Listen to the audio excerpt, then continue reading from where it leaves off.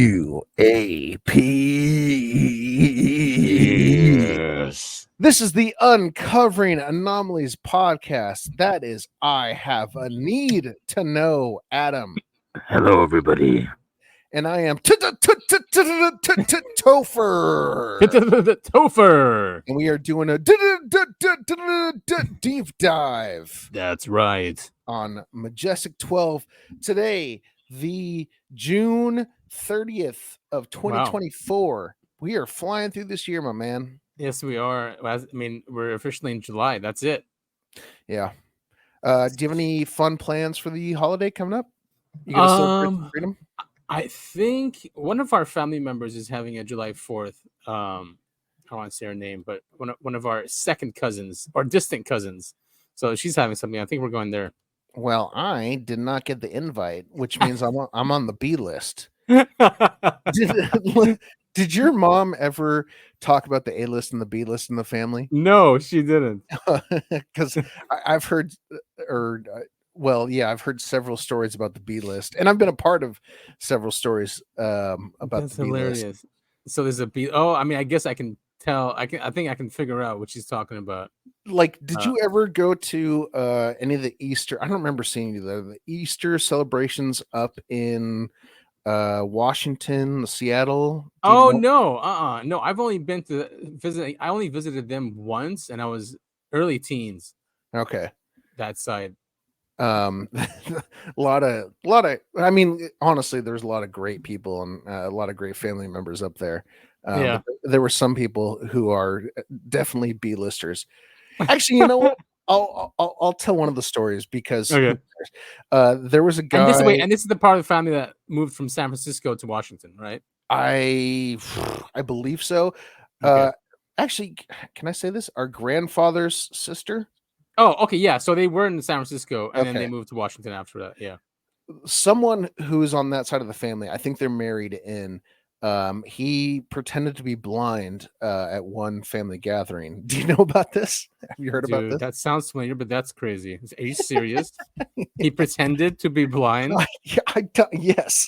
He had glasses. He had the cane, the whole thing. You're kidding me. The only reason I'm bringing this up is because I was a kid when I met him and his family, and I was making face because I thought he was blind, and I was making faces at him. No, you weren't. The entire family gathering, the entire Easter, and then later, when like years later, it had come up in conversation, and my parents were talking about how this guy had pretended to be blind. It was very weird. So he saw your facial expression. I don't think he did. Or maybe he did. I don't know. Okay, I thought that you were going to say something that he finally came forward that he was just pretending, and he saw you making faces. That's how deep in character this guy was. Oh my god! Classic. What was he? He didn't want to interact with anyone. He wanted people to feel sorry for him. I don't know. I've got no answers. Just like everyone else there probably was looking at this guy going, he's not blind. Because I definitely saw him talking to people. Oh man, that's hilarious. I mean, I need to. I mean, actually, that's a good excuse because I want to make a trip from California all the way up to Oregon, all the way up to Washington, and stopping by family members is a good idea. I mean, it's a great drive. When I was about 14 or 15, we flew. Did we fly? No, we drove down to where we are currently, and then drove up the coast for spring break. It was a lot of fun. Got to see the redwood forest. That's what I remember the most about that trip. Beautiful. That's beautiful. Yeah, it really is. We have a cousin in Oregon, by the way, so I'm definitely going to try and stop by there. Yes, we do. Man. One of our first cousins. Oh, yeah. Oh, okay. Yeah. Yeah. Talking about yeah. He's fun times.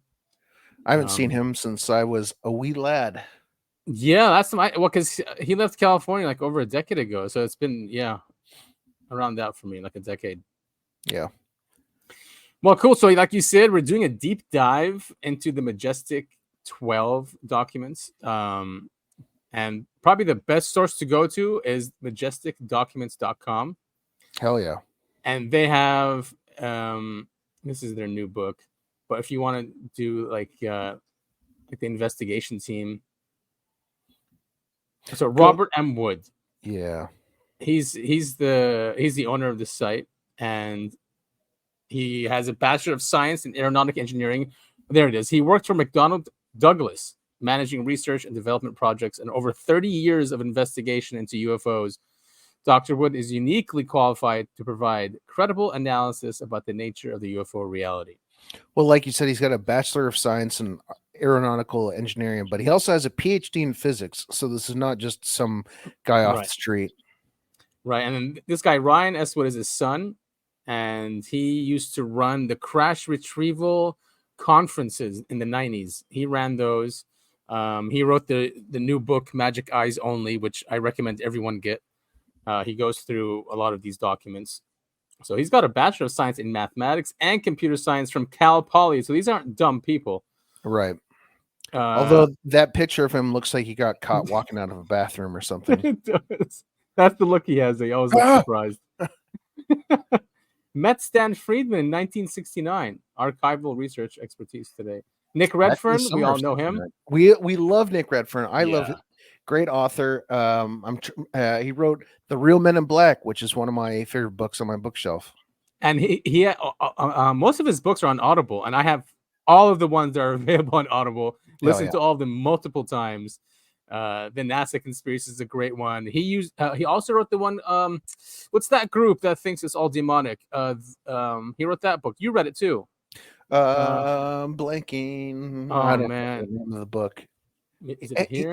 He's a tremendous author, though, and he clearly does so much research. Yeah, so one of his 3 best-selling books are A Covert Agenda, the British government's UFO top secret exposed, the FBI files, the FBI's UFO top secrets exposed, and Cosmic Crashes, the incredible story of the UFOs that fell to Earth. He maybe should get shorter titles. You know, I always think though when I see these really long ones, I'm like, it might be an SEO thing if you want to do that. You know, if people are searching for some things in titles. That's why I always think when it's a long title. Of course, Stanton Friedman. Very prominent in the UFO field. Stan Friedman received his master's degree in physics from the U of Chicago and has a distinction of being the longest full-time lecturer and researcher in ufology. And if you ever come across UFO videos online where he's featured, this guy is very well spoken, very smart. He knows what he's talking about, and a great sense of humor, right? Yeah. And he's not, the thing is, he's not chasing after Bigfoot or like some weird niche thing. Right. I mean, he is following the evidence and doing real hardcore research. And he's an expert on the 1952 Eisenhower briefing document, which we'll go over. The first civilian investigator of the Roswell incident, has given over 700 lectures about UFOs in 15 countries and been to 19 archives. Timothy S. Cooper, he's also known to he's a researcher that the government trusted with sending UFO documents to back in the day, I think in the 80s. So Mr. Cooper quietly began his investigation into CIA and NSA UFO activities in 1998 through FOIA requests. He has received private investigator training and served his country during Vietnam in both the Navy and the Marine Corps. And then Jim Clarkson, UFO researcher and state section director for the Seattle area. We were just talking about Seattle, huh? It's fun. Yeah. Coincidence. Seattle area Mutual UFO Network, MUFON, with a 20-year career as a detective in Washington State. Mr. Clarkson and his wife have specialized in investigating the story of June Crane, a former Air Force secretary who, before she died, revealed UFO-related secrets she had typed or overheard during the course of her work at Wright-Patterson AFB Air Force Base. Very cool stuff. So this is featuring a lot of people who are in the UFO field. They're not just random so-and-so off the street. These are the real deal people. Yep. And so they're the ones who looked at these documents, like document authentication. So each document we're going to look at has a rating that they give. And they go through like how they actually went through all these So like, yeah, high level of authenticity, 80 to 100%. This means that virtually all of the available investigation channels and ideas have been pursued, and each test the document is shown to be authentic. So, for example, tests in paper, ink, obscure content, handwriting, period typography, and fonts, correct formatting, forensic linguistics, along with no signs of anachronisms, all indicate the highest level of authenticity, and so on and so forth. Yeah, Yeah, we don't have to go through all these, but there's no. medium high, medium low, low level. But do you just want to, real quick off the top, do you want to like say, it's not fair to give it a brief summary, but what I'm just for people who don't know what the MJ-12 documents are, do you want to give a quick should we go through this timeline? Yeah, actually, you know what, that would really help. All right, so Majestic documents history. So September 1947, President Truman authorizes investigative groups. Many documents have suggested a Majestic 12 organization being formed in the same time frame as the Roswell crash, and we can read more. But that's what really started it. It was the Roswell crash that did it. Right. So, but just to really poorly sum it up, the Majestic 12 was a committee that was created to investigate UFO crashes and just UFOs in general, I think. Exactly. UFOs and aliens, or non-human intelligence, and it was a mix of military and scientific personnel. Military and intelligence. Was intelligence even there? No, not yet. So yeah, like generals, lieutenant colonels, and then scientists. The most well-known one is Vannevar Bush. He was the head of the White House science something. He was something really big in science back in the day. And this group was very, very secret. If I remember, I could be completely spitballing, completely making this up. But I think this is correct. When Truman, supposedly authenticated this program, he also basically he made it so none of his successors could ever find out about this, find out about Majestic 12. Yeah, exactly. And then apparently in during Nixon's era, it went private. So it's not part of the government anymore. And supposedly it's called Zodiac, something like that. But yeah, and that's what sucks about these things, is that they just get lost through history. Yeah, they keep getting paid and there's no official name on it. Yeah, and so that's why these documents are so important, because that's the only trail we're going to get. And these were leaked out by people in the government. Can we? Sorry, yeah. Go ahead. I was going to say, you could say then that maybe that's a psyop or counter intel, but you'd have to go through a lot of effort to hoax some of these documents. Like this one is like almost 100%. Can we go back to that timeline and go through it? I think that would be. I think that's a really good way to start this. So President Truman authorizes investigative groups. That's in September 1947. And then 1952, Eisenhower briefed on Majestic 12 activities. Do you want me to go to the read more? No, I think this. No. I don't think you have to. Okay. So credible documents suggest Majestic 12 activities continued and expanded in the 1950s under President Eisenhower. 1963, JFK's interest in UFOs and murder linked to MJ-12 activity. Infamous burned memo and other documents suggest interest by JFK in the UFO subject could be connected to his demise. Wouldn't surprise me. Our government loves its secrets. And this is in 1992. That's a big jump. 63 to 92? Yeah. Tim Cooper starts receiving documents from CIA source. Back in the spring of 92, Tim received the Marilyn Monroe document. Oh, I'd love to read that.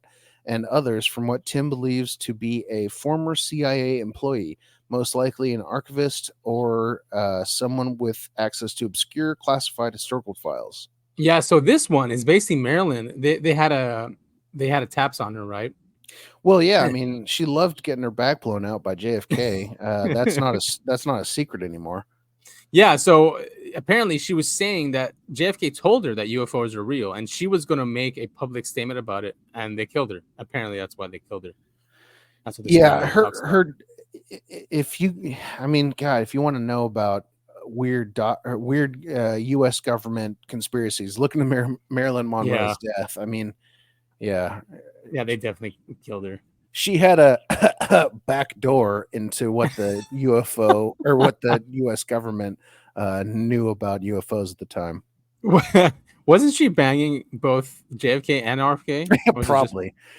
Very. You know, it's funny.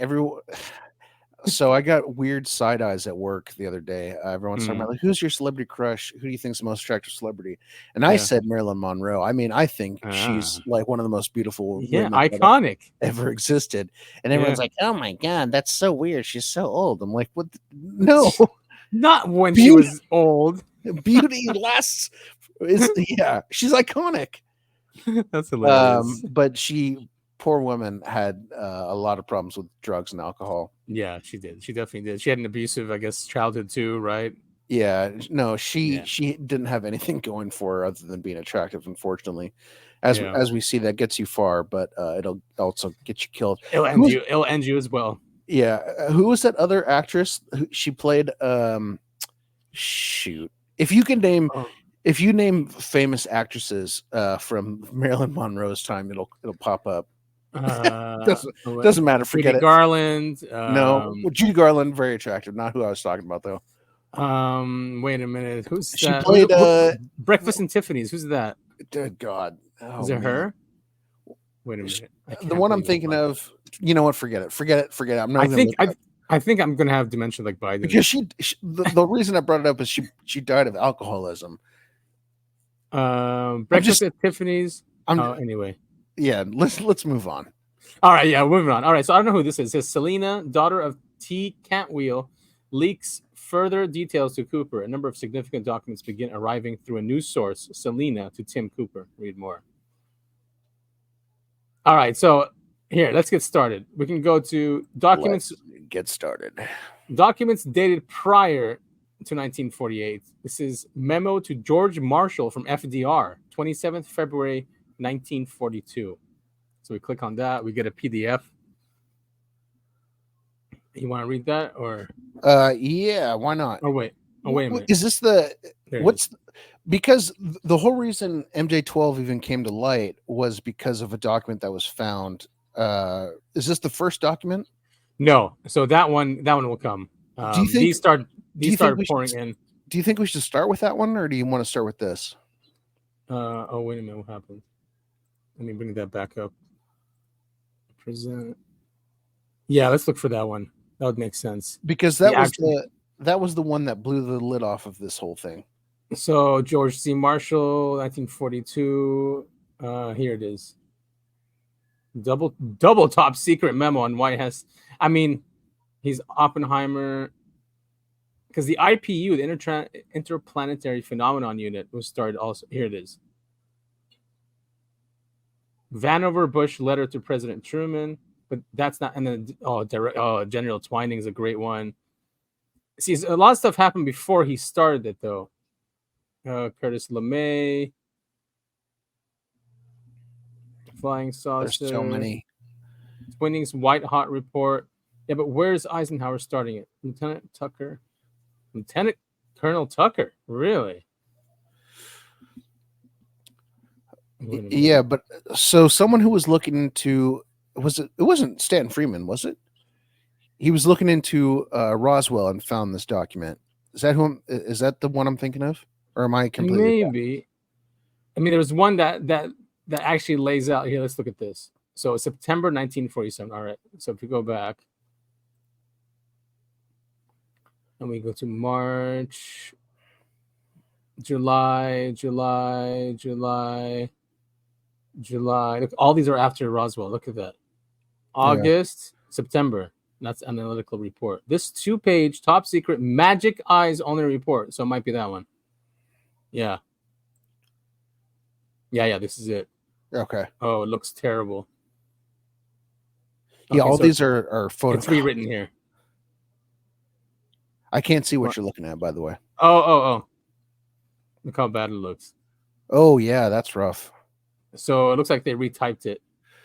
So from my research that I did, a lot of these papers were it was a photocopy essentially sent to the researchers. It's not the actual document, and Not that's well, a lot of them. That's why they actually got the papers. That's why they were analyzing the papers, analyzing the ink. So here, mhm. let's start. Let's start with George Yeah, Marshall. yeah. Let's get into it. Now, how do you want to go about this? Do you want to read the thing because this is Yeah, I mean, we can read quickly. Probably take a couple of seconds, sure. a few seconds. All right. So this is the White House, Washington. This is February 27th, 1942. Memorandum for Chief of Staff of the Army. This is FDR. I've considered the disposition of the material in possession of the Army that may be of great significance toward the development of a superweapon of war. I disagree with the argument that such information should be shared with our ally, the Soviet Union. Ally? Oh, yeah, World War II.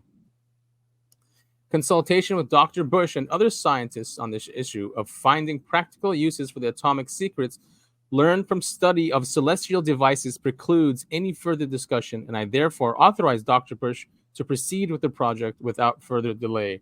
This information is vital to the nation's superiority and must remain within the confines of state secrets. Any further discussion on the matter will be restricted to General Donovan, Dr. Bush, the Secretary of War, and yourself. The challenge our nation faces is daunting and perilous in this undertaking, and I have committed the resources of the government towards that end. You have my assurance that when circumstances are favorable and we are victorious, the Army will have the fruits of research in exploring further applications of this new wonder. You may speak to me about this if the above is not wholly clear. FDR.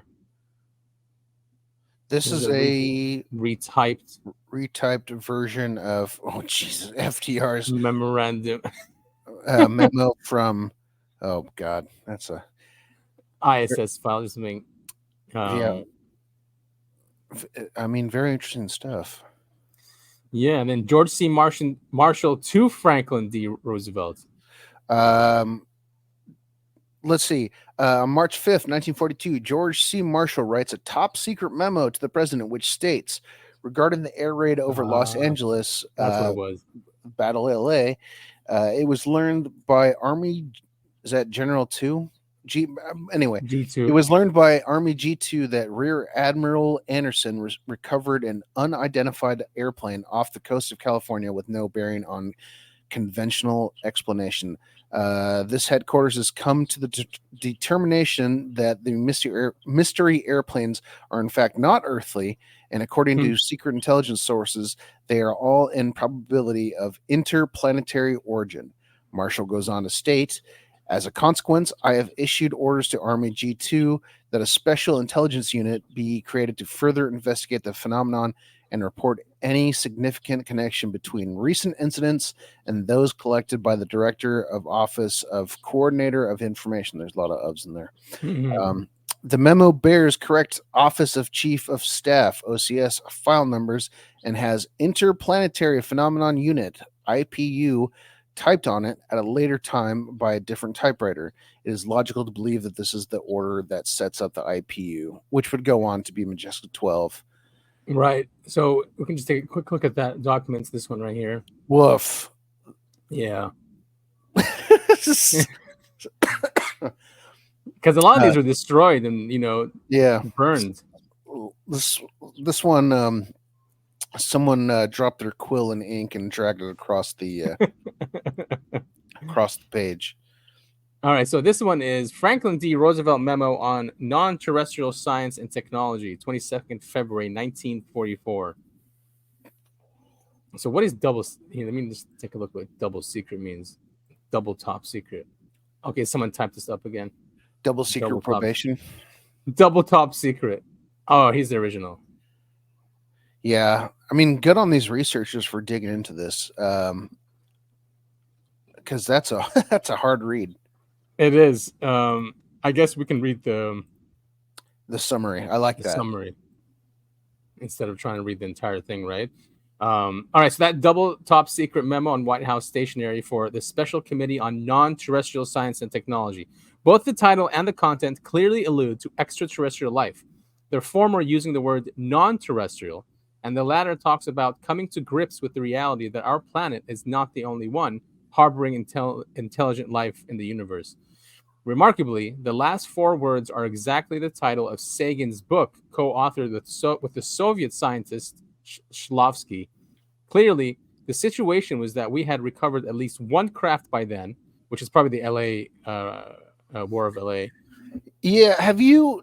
Although he's saying Everyone's seen that picture, hopefully, of the the city lights beaming up at the thing, and there were. I mean, this is during World War II. There was this huge, some sort of aircraft that was above LA.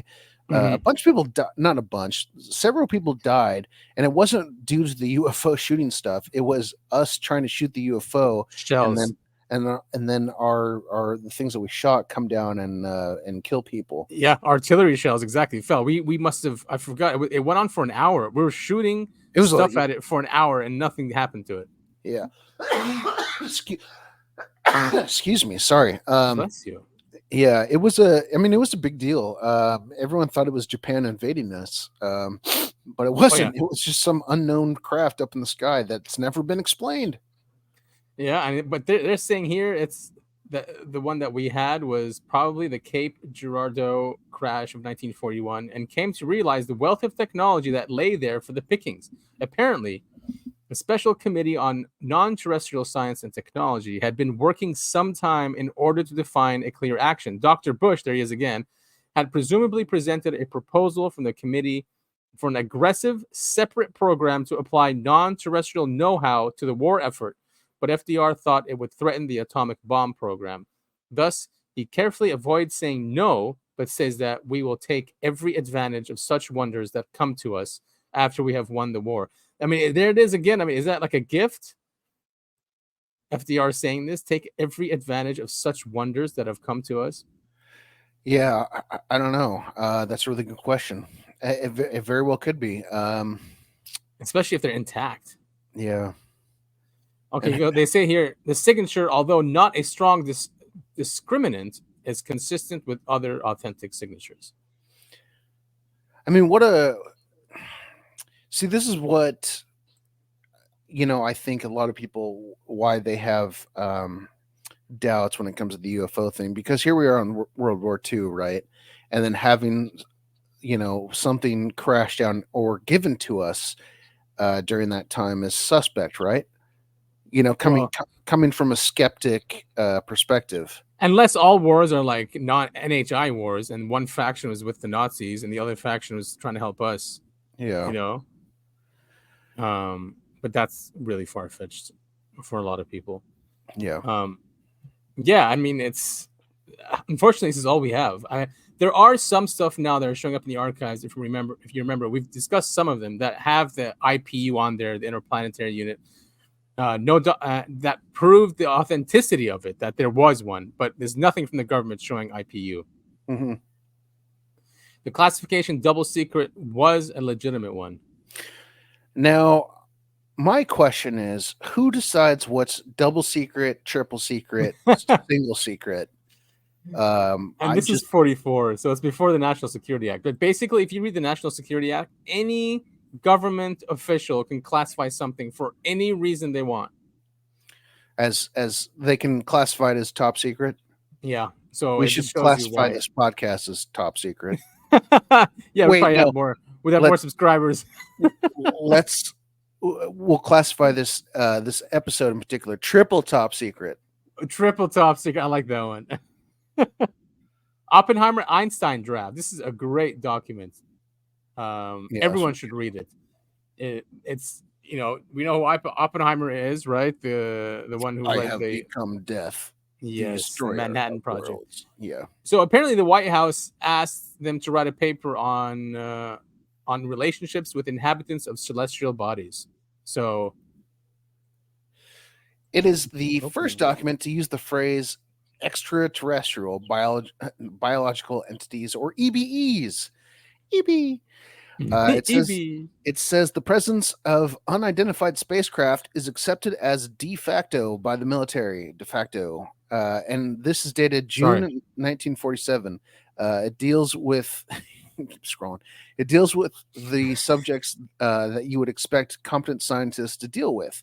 Example: where do they come from? What does the law say about it? And what do we do in the event of colonization and/or the integration of peoples? And why are they here? The document suggests that in the event that EBEs desire to settle here on Earth, there will be profound change in traditional concepts of law and the possible need for a new law among planetary peoples. There's also propositions concerning the necessary creation of a cosmic international law that would protect the rights of all celestial states to lay claim on otherwise unclaimed solar territories. Finally, the document addresses the presence of celestial astroplanes in our atmosphere as a result of actions of military experiments with fission and fusion devices of warfare. The authors of this document encourage consideration of our potential future situation and safety due to our present and past actions in space. How can we avoid a perilous fate? Yeah. It just goes to show. I mean, these guys really took this seriously. This isn't some weird, fringe weird people off to the side screaming with tinfoil hats on. I mean, these are some of the top scientists that our country had to offer, who are asking these kind of questions. Yeah, and there it is. Respectfully, Dr. J. Robert Oppenheimer and Professor Albert Einstein. This just makes me dislike the Oppenheimer movie even more. Yeah, they should have had just some little thing, just like some hint of UFOs there. Yeah. You know, Oppenheimer knew so much. And Edward Teller was the one who hired Bob Lazar. Yeah, which is very interesting. So who wrote this? Myself and Marshall have read this, and I must admit there is some logic, but I think the president will consider it for the obvious reasons. I understand Oppenheimer approached Marshall while they attended ceremony at, it's not clear. As I understand it, Marshall rebuffed the idea of Oppenheimer discussing this with the president. I talked to Gordon and he agreed. Yeah, crazy. All right, next. This is an important one. General Eisenhower memo to Colonel K.W. Ireland. Do you want to read this one? Yeah, 30th June, 1947. In this one-page unclassified memo dated 30th June, 1947, Eisenhower orders Colonel Ireland to take good care of Archbishop Francis Spellman. Actually, they found this now too in newspapers. On his tour through New Mexico. What seems unusual is President Truman's personal involvement in this matter. The memo states, quote, by personal direction of the President of the United States, Archbishop Francis Spellman, in his capacity as military vicar of the armed forces of the Army forces and the Navy, is making a tour of military bases in New Mexico. Afterwards, this is when? 30th June, so like a week before Roswell. Afterwards is making a trip over the routes of the Air Transport Command. It is strange that this is a classified trip, as evidenced by the following statement. Quote, General Webster has assured me that the Archbishop will have complete security at all times, and his presence at any airfield will not be disclosed, as his flight schedule is considered classified by order of ACAS General Vandenberg. So there's the Vatican again. Yeah, they love. Right? Isn't that Archbishop? Maybe and I think a vicar is something religious. I honestly don't. I've heard the term, but I don't know what it means. Hold on. Is he like a military pastor or something like that? What is a vicar? Vicar. In the Roman Catholic Church, nope. Oh. A vicar is representative, deputy, or substitute, anyone acting in the person of, so in person of the Pope, as essentially, or agent for a superior. Okay. Oh, it's like a vice or a deputy, like vice president. Someone high up. Yeah. It also refers to a senior priest in the Church of England. Oh. Really. Interesting. Our grandfather was Church of England, which Really? was surprising. Yeah, surprising, huh? Mm-hmm. Very much. All right. So, Interplanetary Phenomenon Unit Field Order. This is 4th of July, 1947.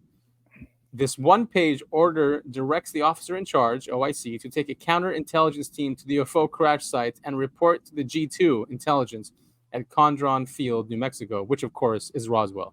OIC take along a non-commissioned OIC, an aeronautical engineer, a scientist, a security officer, and a medical doctor, and to provide a report by 28th of July. That's Wow. this document. Oof. Another rough one. Top secret.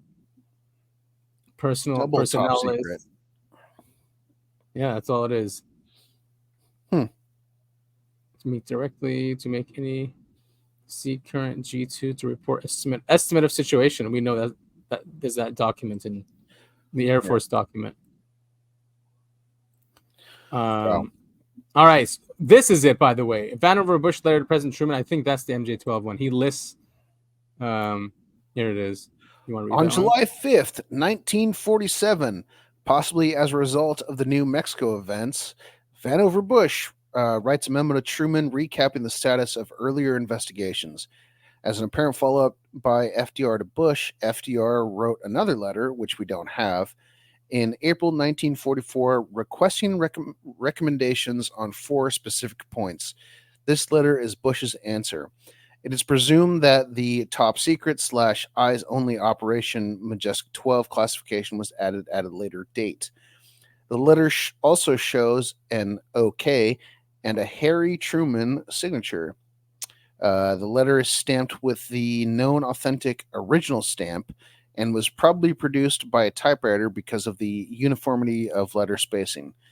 We expect to show, of course, that this format was commonly used by OSRD typewriters of the era. Bush restates the FDR questions for Truman's benefit, mentions the assistance of distinguished committees, alludes to the many meetings since the events of this summer, transmits the full reports as appendices, and proposes a single mechanism for the implementing the recommendations of the several committees. Could this be one hugely classified program called Majestic 12 at the end of summer? The date of the letter, the 5th of July, was, of course, coincident with the recoveries going on in New Mexico at that very time. Harry S. Truman's OK may have been prophetic. Prophecy. Wow. Let's check out this one. So this is letter of transmittal, dear President Roosevelt. So how come Truman was on there? I guess Roosevelt was out by then, right? Wait, he died in office, didn't he? I don't know. Not a big history. I think he did. That's how Truman came in. Oh, fuck. All I know is that Harry S. Truman, his middle name literally was the letter S. Harry S. Truman. That's not a. That's so dorky. That's not a. It's not short. A name. It's not short for anything. His middle name was the letter S. So why is this prophetically okay? Here's Truman, Vannevar Bush, of course. Mm-hmm. So there's that one. We're getting closer. See, I mean, we understand the secrecy, and it's all because of war. They want to be. Yeah, well, I mean, that's the excuse they give anyway. So this is on 8th of July, a few days after Roswell. Directive to General Twining by Eisenhower. On the 8th of July, Eisenhower got around to signing the authorization for General Nathan Twining, the head of the Air Materiel Command, to go to White Sands to, quote, make an appraisal of the reported unidentified object being kept there. With a team of experts, technicians, scientists, and assistants, Twining was directed to not only appraise the unidentified object, but also to deal with the military, political, and psychological situations surrounding its existence in New Mexico. Gee whiz. So, wow, Eisenhower wrote that. Did they retype this down here? No, they didn't. I can't read that. You'll proceed to the White Sands Proving Grounds Command Center Center without without delay for the delay. purpose, of making an appraisal of the reported unidentified objects being Being kept kept there. there. Part of your mission. Their will, the military, political, and psychological. Yeah. Well, I guess the summary had most of that. Yeah. Very it's just it's so I mean, it's not bizarre to me, but it is bizarre that I mean, this is the whole UFO thing has been going on for such a long time, Yeah. that even presidents were writing memos about it. And even Right. so, if the UFOs don't exist like they say, what's the harm in letting the public know what the hell happened in 1947? You know what I mean? Exactly. And the UAP Disclosure Act, Roswell is included in there because it said anything older than 25 years has to be disclosed. But they're probably just going to destroy all that stuff. Yeah, exactly. It gives them time. Give them a full year, and I think, what is it, in October? Hmm. The time will be up, something like that. It's so dumb too because honestly, I'm such a pessimist. If they released any and all documents they have regarding the UFO thing, like I'd say 75% of people would just, oh, I don't care. Yeah, there's UFOs. Oh yeah, I Who always cares? knew that. Yeah. Right? Who cares? And then, they go on with their day, but they're like so terrified of this getting out. It's stupid. So stupid. It's because, I mean, the reason why we see presidents involved in the beginning is because our government wasn't taken over by the intelligence community. I mean, the National Security Act basically made this an intelligence thing and just clamped down on all communications. And the cover up is that old, since the 40s. Yeah. So this is a directive to General Twining. Did we just read this by General? I Oh don't no, think, it's I think we read the by one President before. Truman. Yeah, Yeah. this is Truman. On the 9th of July, Harry S. Truman signed a virtually identical letter authorizing Twining to revisit White Sands to make another appraisal of the object being kept. Oh, this is the one I think you just read, right? It was desired that he proceeded with detachment from any opinions or feelings expressed by personnel involved which do not conform to sound reasoning with regard to possible outcome. Someone apparently thought it was someone apparently thought it was so important that the commander in chief put his name on the spot without passing the buck. Alternatively, like himself, may have requested a backup memo. Oh, Ike, not like. Ike, yeah. Alternatively, Ike himself Ike. may have requested a backup memo. And then after that is an air accident report by Twining to headquarters. This looks like a bad copy. No, go ahead. I'm Okay. So this three-page bureaucratic report provides the first glimpses of Lieutenant General Nathan Twining's air accident report, originally published in Leonard Stringfield's now deceased Status Report 7 in 1994.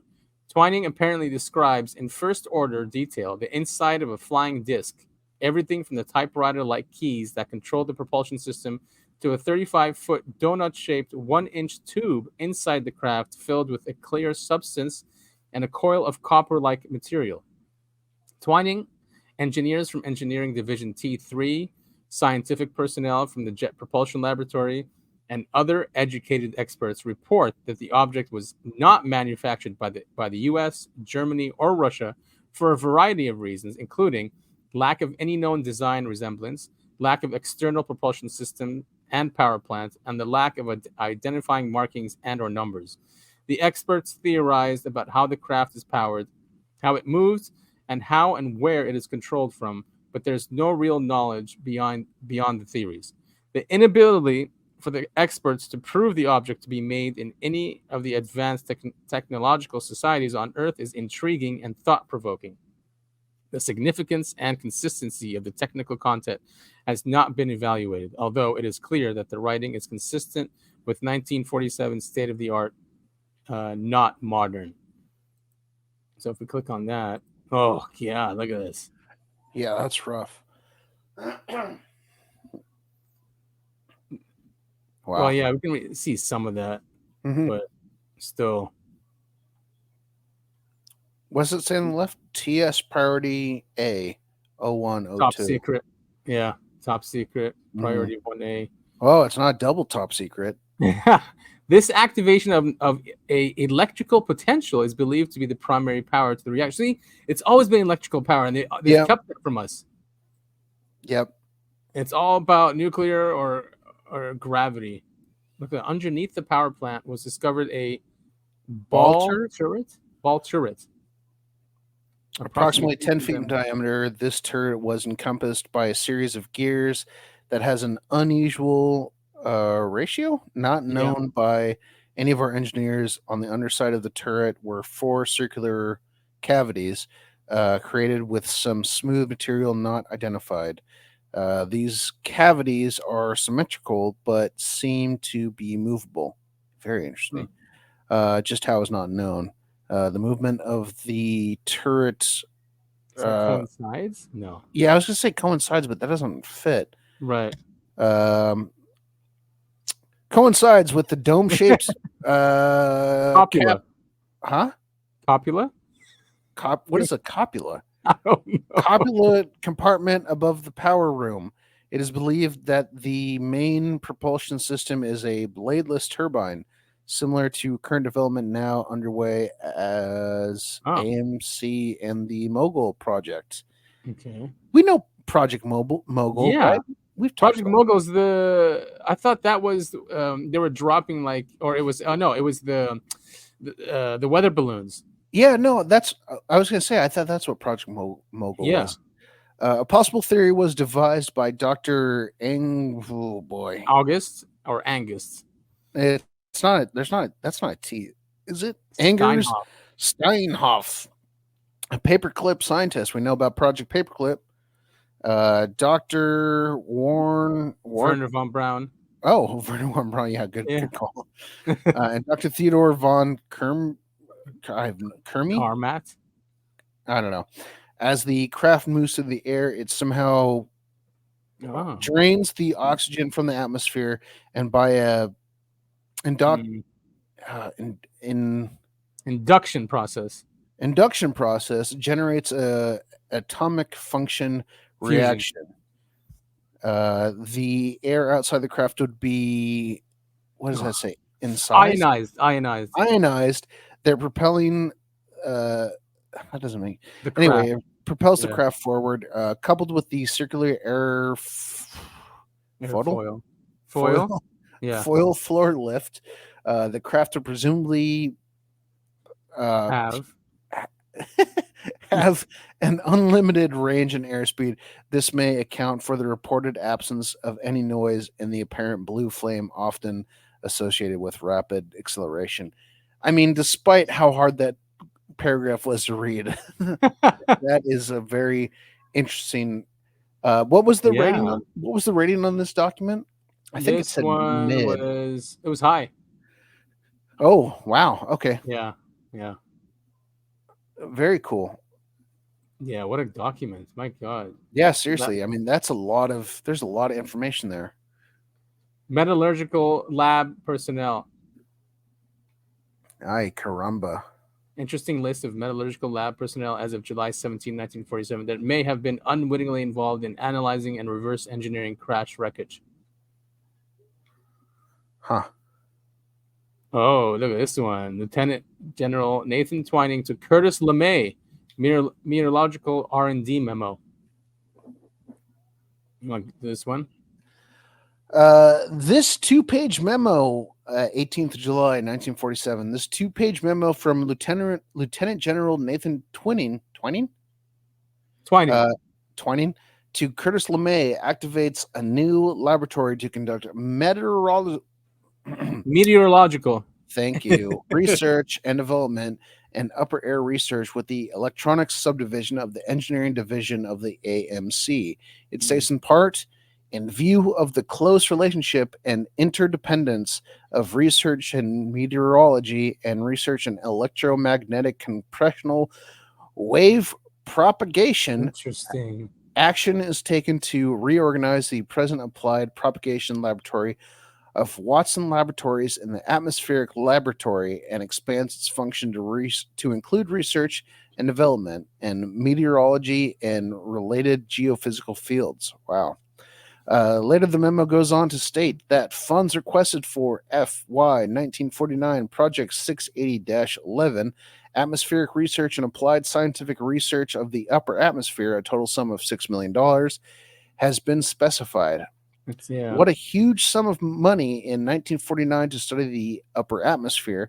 A more logical interpretation is that we are analyzing flying saucers, their technology, why they are here, and what we are going to do about it. We're just gonna steal it. That's what we're gonna Yeah, do of about course. it. Who cares talking to him?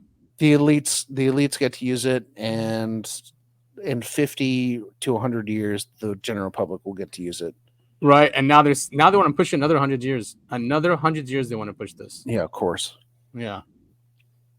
Counterintelligence Corps Interplanetary Phenomenon Unit Report, 22nd July 1947. This 7-page document by the IPU begins by saying, quote, the extraordinary recovery of fallen airborne objects in the state of New Mexico between 4th of July and 6th of July 1947. That's the subject. And it goes on to state what the coordinates are and other fascinating details of the recovery operations and discoveries. Really? I want to go there. Yeah, me too. The most interesting being the discovery and basic detailed appearance of several bodies that were taken to the hospital at Roswell Air Force and other nearby hospitals listed but not disclosed for security reasons. The conclusion arrived at by the team of experts was unclear because of the limitations of contemporary science and appropriate budgets for future investigation, but leans to the possibility of a very well orchestrated hoax by U.S. societal outsiders, or that our country has played host to beings from another planet. Wow. Counter intel. So that's why they have that. Mm-hmm. And who's this? CWO Marco? Marco. Is that French? Yeah. Yeah. Macron. There it Memo is. to the Commanding General Army Air Forces, 12th of August, 1947. I don't know. Wait, if I click here, because I don't even know who that is. What's CWO? Oh, Strategic Air Command. Yeah, there we go. Confidential. Can't really. A representative of the AGAS-2 8th Air Force during a recent visit to this headquarters requested comments as to the feasibility of establishing a central control for all restricted data on files in that headquarters. Such procedure appears contrary to the spirit of AAF letter, which we don't know what it is. Oh, God. Comments are requested to use as a basis to reply to the 8th Air Force. Huh.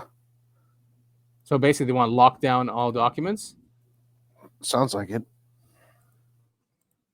We'll just stay here. Oh, restricted data. Okay. Flying saucer analytical report. Yeah, 2nd of September, 1947. This 2-page top secret magic eyes only report to General C.P. Cabell, yeah, probably. And Commanding General of the Air Material Command from Research and Development Laboratory is dated 2nd September, 1947. It provides a credible glimpse into the problems that faced the first analytical team to examine real crashed extraterrestrial hardware. Here are some quotes. Some nation has reached a stage of flight development in which present ideas are entirely obsolete, and the absence of riveting and surface overlapping indicates a simplistic concept that confronts our technology to match the careful and well-considered compromises in respect to weight, aerodynamic, refinement, and design. A general description of the flying saucer craft is presented, including a host of historically accurate ASI and metallurgical tests. The research team did have success in identifying some control surfaces and exhaust ports, and concluded the spherical reactor, hydrogen isotope type, was connected to propulsion Interesting. motors. So this is really interesting. We've talked about it a lot. Actually, you've brought it up many times on the show. Is that a true UFO, like coming from something that's not of the human race? There's no seams like in the craft. There's Yeah, no, you can't see where it's been put together. it's like one mold, Yeah, it's almost like it was birthed that way. right? Or like their consciousness put it together or something. That Yeah, they're able to do that somehow, like just like think it into existence, kind of thing. yeah, exactly. So a general description of the craft is presented. One, metallic skin of a high polished finish. A comparison of ASI, I don't know what that is, steels indicates that the metals used to construct the craft exceed structure, chemical composition, and mechanical properties currently under development. It's like they're always just a little bit ahead, right? It seems. Craft designed for high altitude flight, automatic exhaust orifices were identified. A gyro controlled wing stabilizer apparently maintains craft in a hover mode. And power plant may consist of a spherical reactor, hydrogen isotope type, he said, that connected to propulsion motors. 100 feet in diameter with central section, approximately 30 feet central cabin, may have 3 flight decks. Top level for flight control, central section for equipment, and lower section for power plant and landing gear. Circular wing may have rotating section and adjustable leading edge. Very interesting. Top Yeah. dome may have the ability to recede into central section for high performance operations. Wow. I mean, it's clear that the government has had so much experience with these that they can actually speculate as to what each part of the craft does. What does that say? Flight Yeah. instruments and controls are activated by optical waveguide fibers, similar to glass rods, except they are flexible and have a plastic Fiber optics. yeah, have a plastic cladding wrap. I don't know what that means. What the hell is a plastic cladding wrap? Me neither. I don't know what that means. Does it mean the ends of them are have plastic on them, or they're wrapped with plastic? I mean, I don't. I don't know. I don't know. all functions may be operated by touch, sensitive, or texture sensing stimuli. Instruments are covered by a plastic plate and seem to be color coded. Huh. Crazy, because it's like us. It's like projecting us in the future. Yeah. Wow. And yeah, I mean, DARPA is the one supposedly that came up with fiber optics, and I think all these things go through DARPA, and then DARPA just commercializes it for war, of course, Yeah, of course. not to free us or make a better society. No. What are you, crazy? This is the first CIA guy, right? Helen Cotter.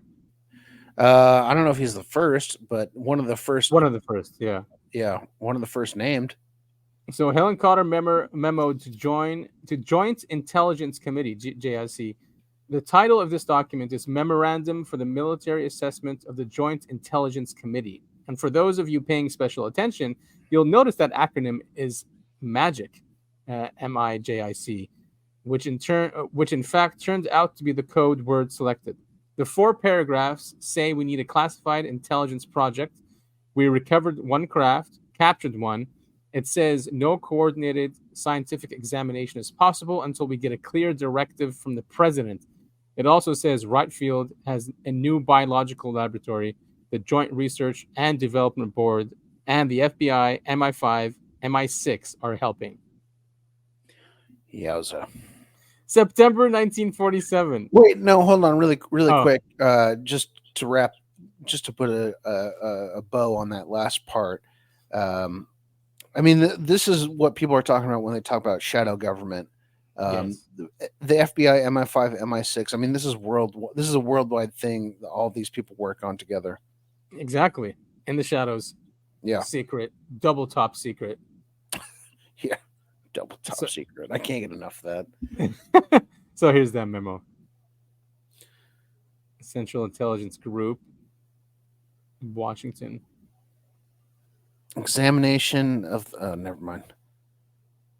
I don't. Do you want to read that or no? Because we got. I just want to see how bad it looked. It's yeah. We did the summary. That one's not terrible. No, Twining's white hot report. Oh, look at that. It's got a full score. This is the one that Dolan brings up a lot. His report, mission assessment of recovered lenticular aerodyne objects.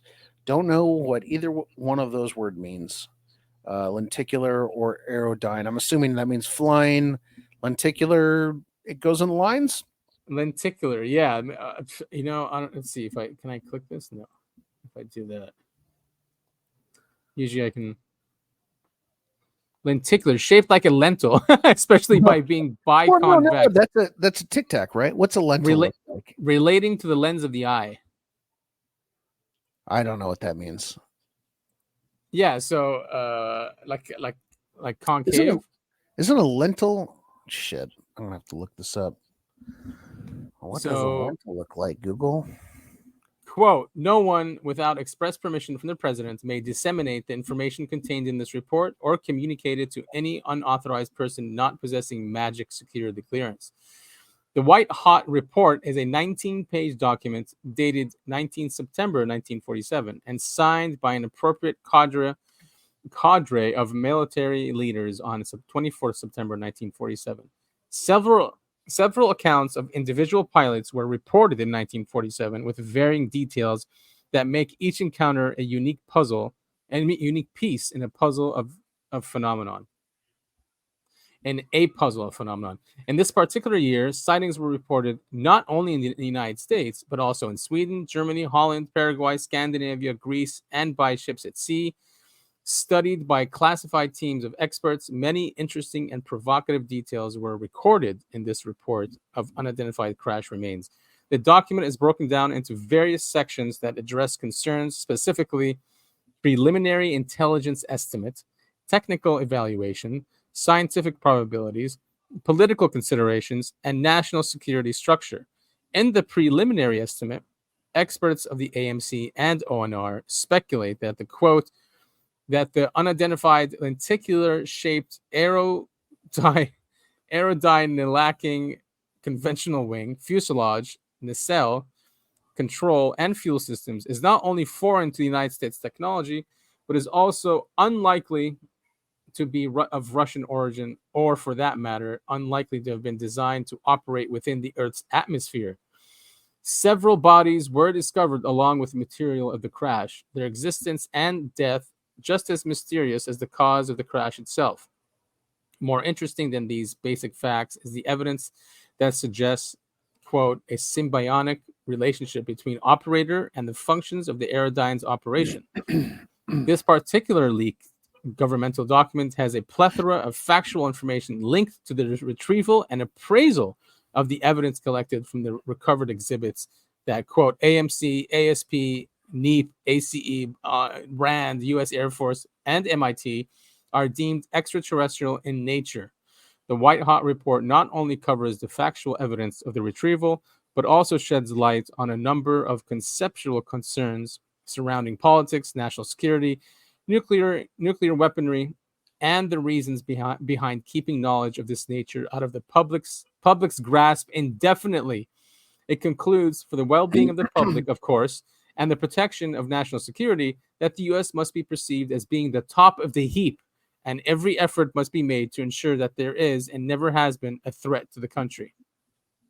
Wow. So, by the way, lenticular just means UFO shaped, essentially. Oh, okay. Like shape of a lentil, which is like a circle. Look at all these signatories. Yeah. Truman's there. So it's a long document. John Hancock on there.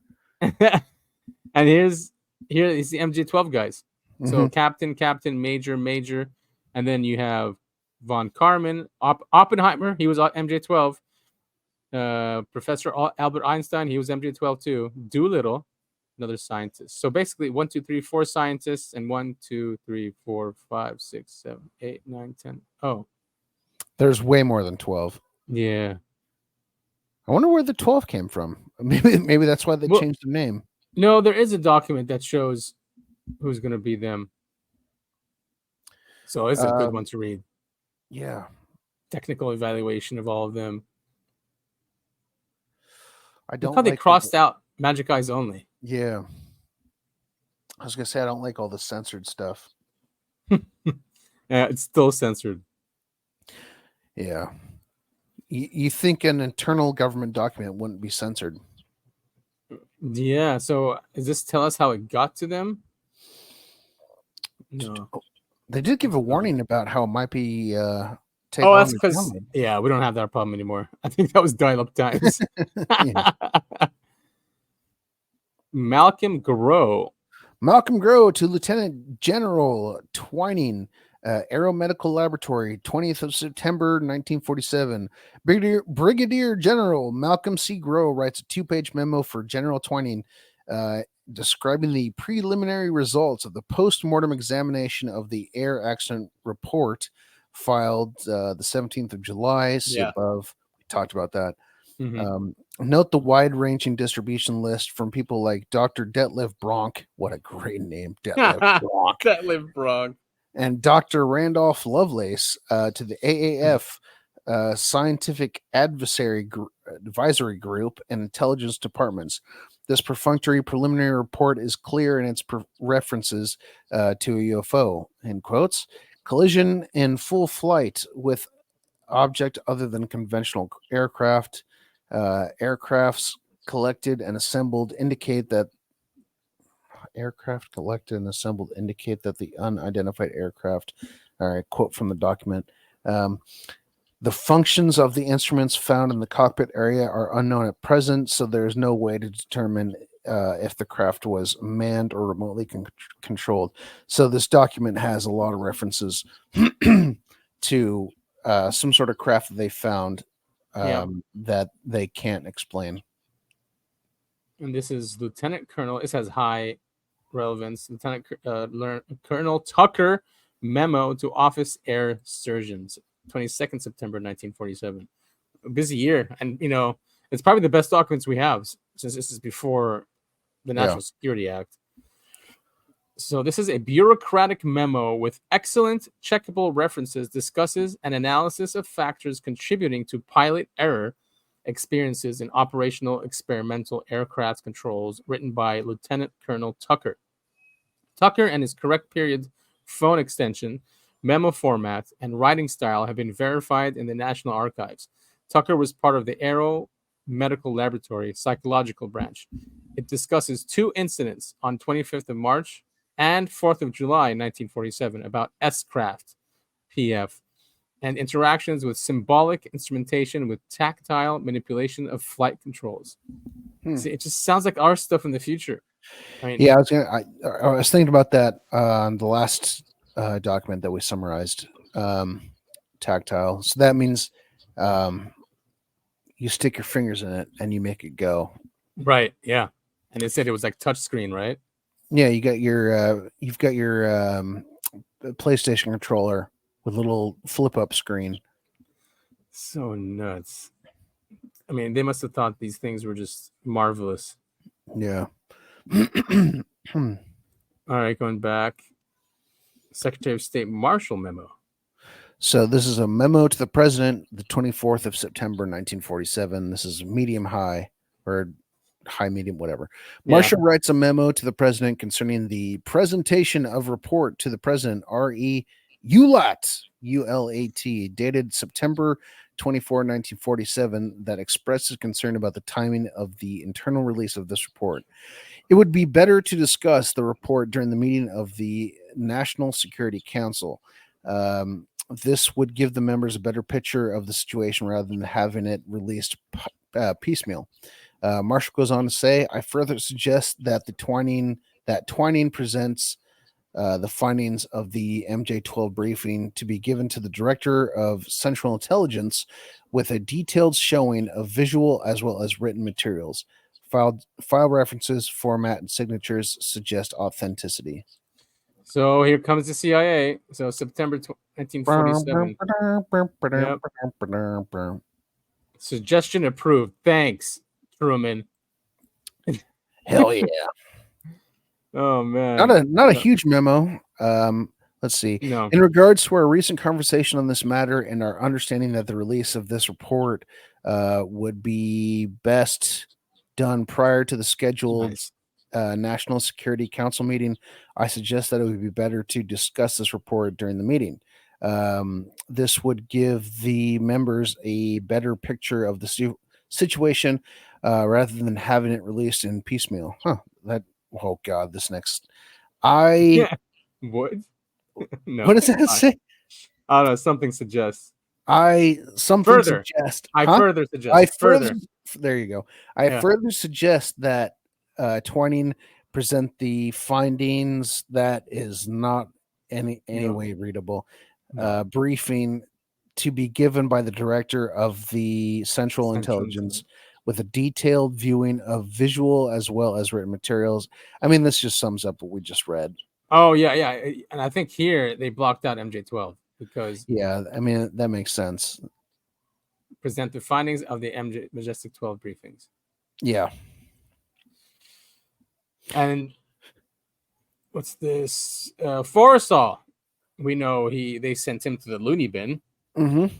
So 5 days later, President Truman, in that busy week of the 24th of September, 1947, decided that he would sign this document, which says, quote, hereafter this matter shall be referred to only as Operation Majestic 12. Unfortunately, researcher Stanton Friedman found another memo with a nearly identical signature in the same week, signed by Truman to Dr. Bush.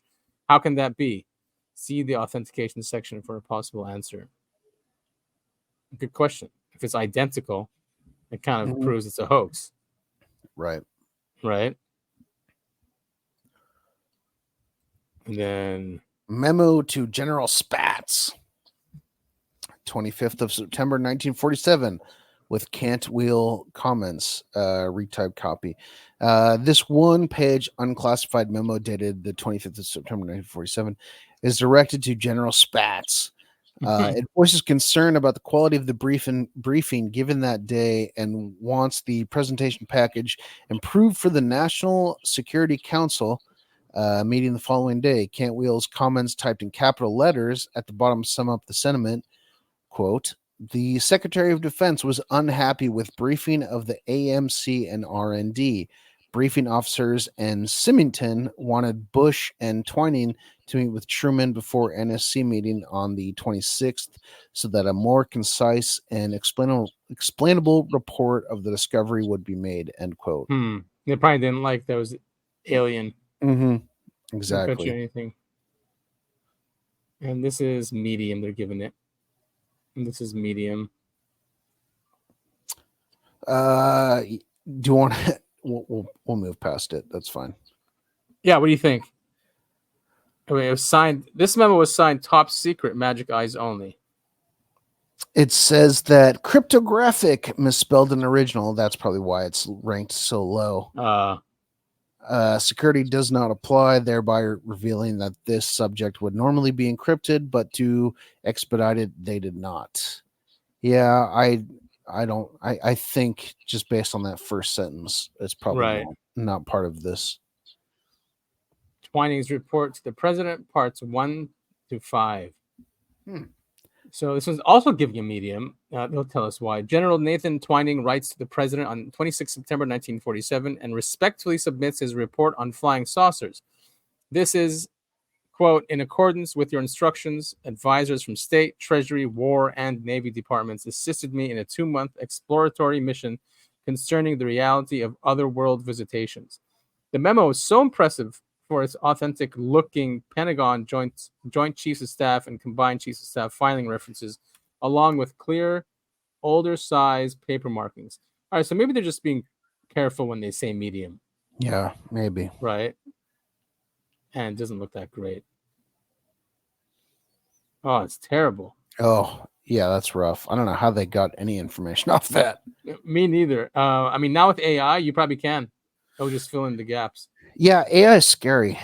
Really scary. This one is medium high. And it looks like it's burned.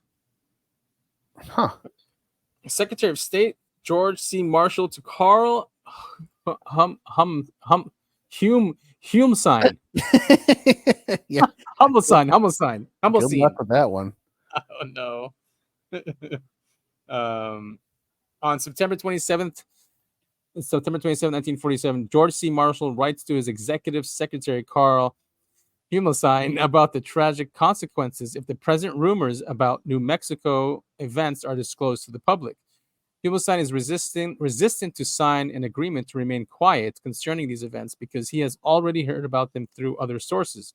The memo states in Part A, you are unwilling to commit yourself to any agreement regarding not communicating its contents to any other person in view of the fact that you felt you already knew certain of the things probably referred to in the memo, as suggested to you by seeing the security reference magic, and B, you could not feel that such a letter as this could have been addressed to you without the knowledge of the president.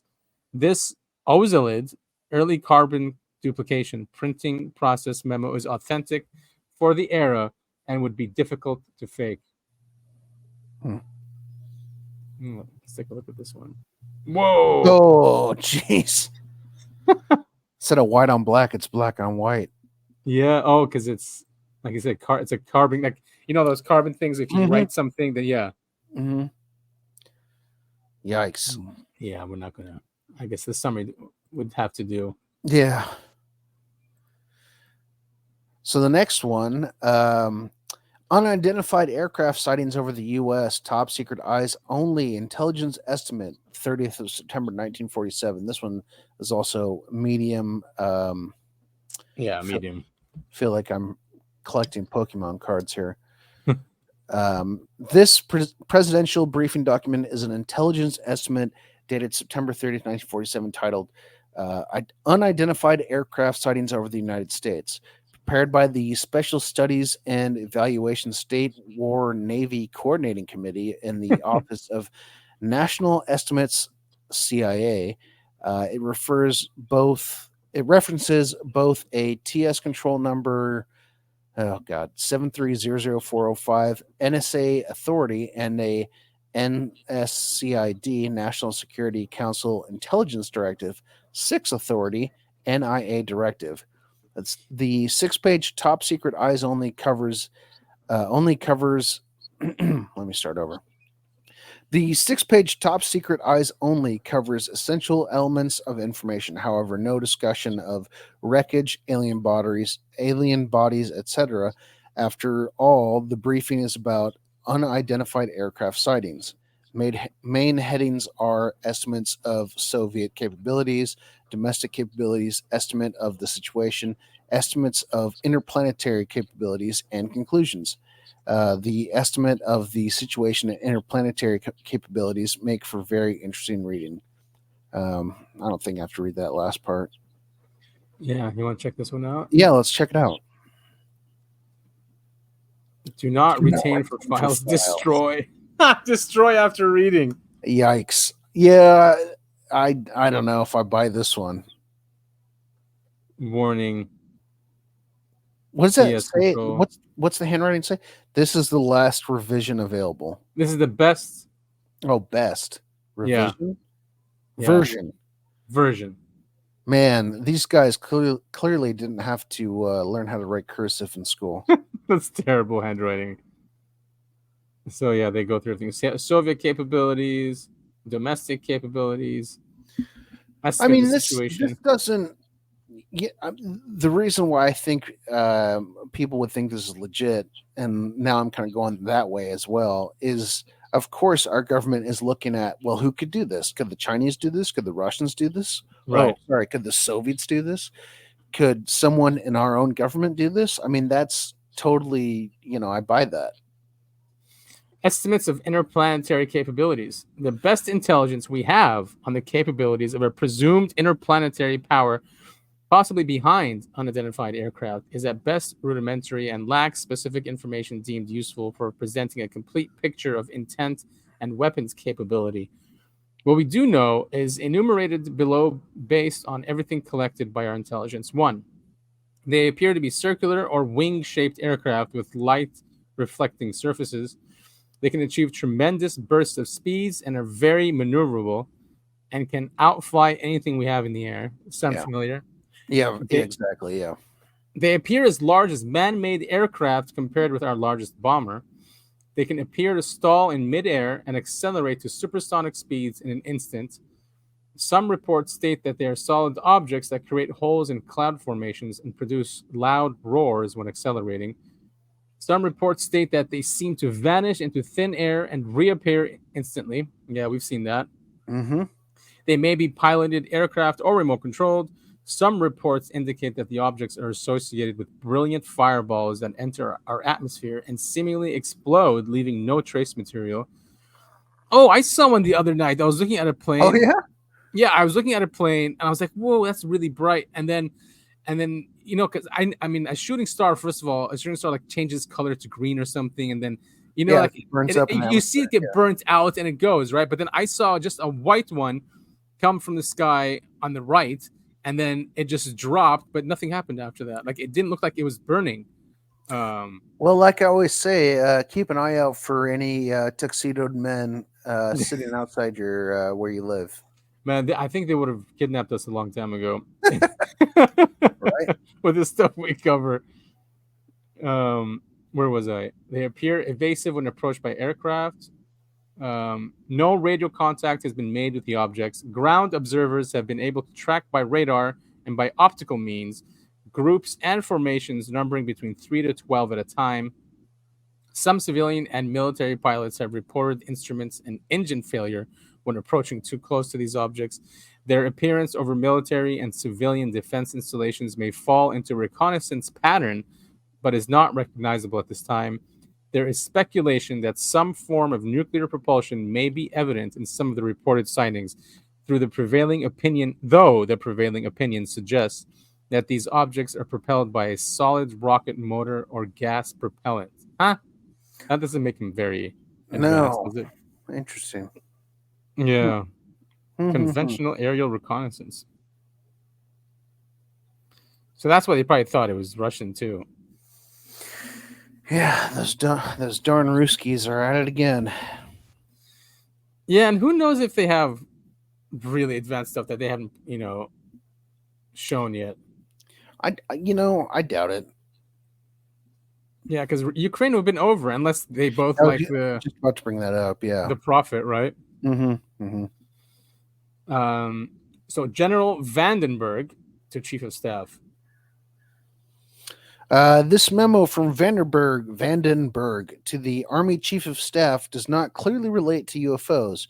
However, it is clear that the decision process at White Sands and Alamogordo was in turmoil and that clarification was needed, possibly as a result of the UFO wreckage being stored there and different access requests and priorities.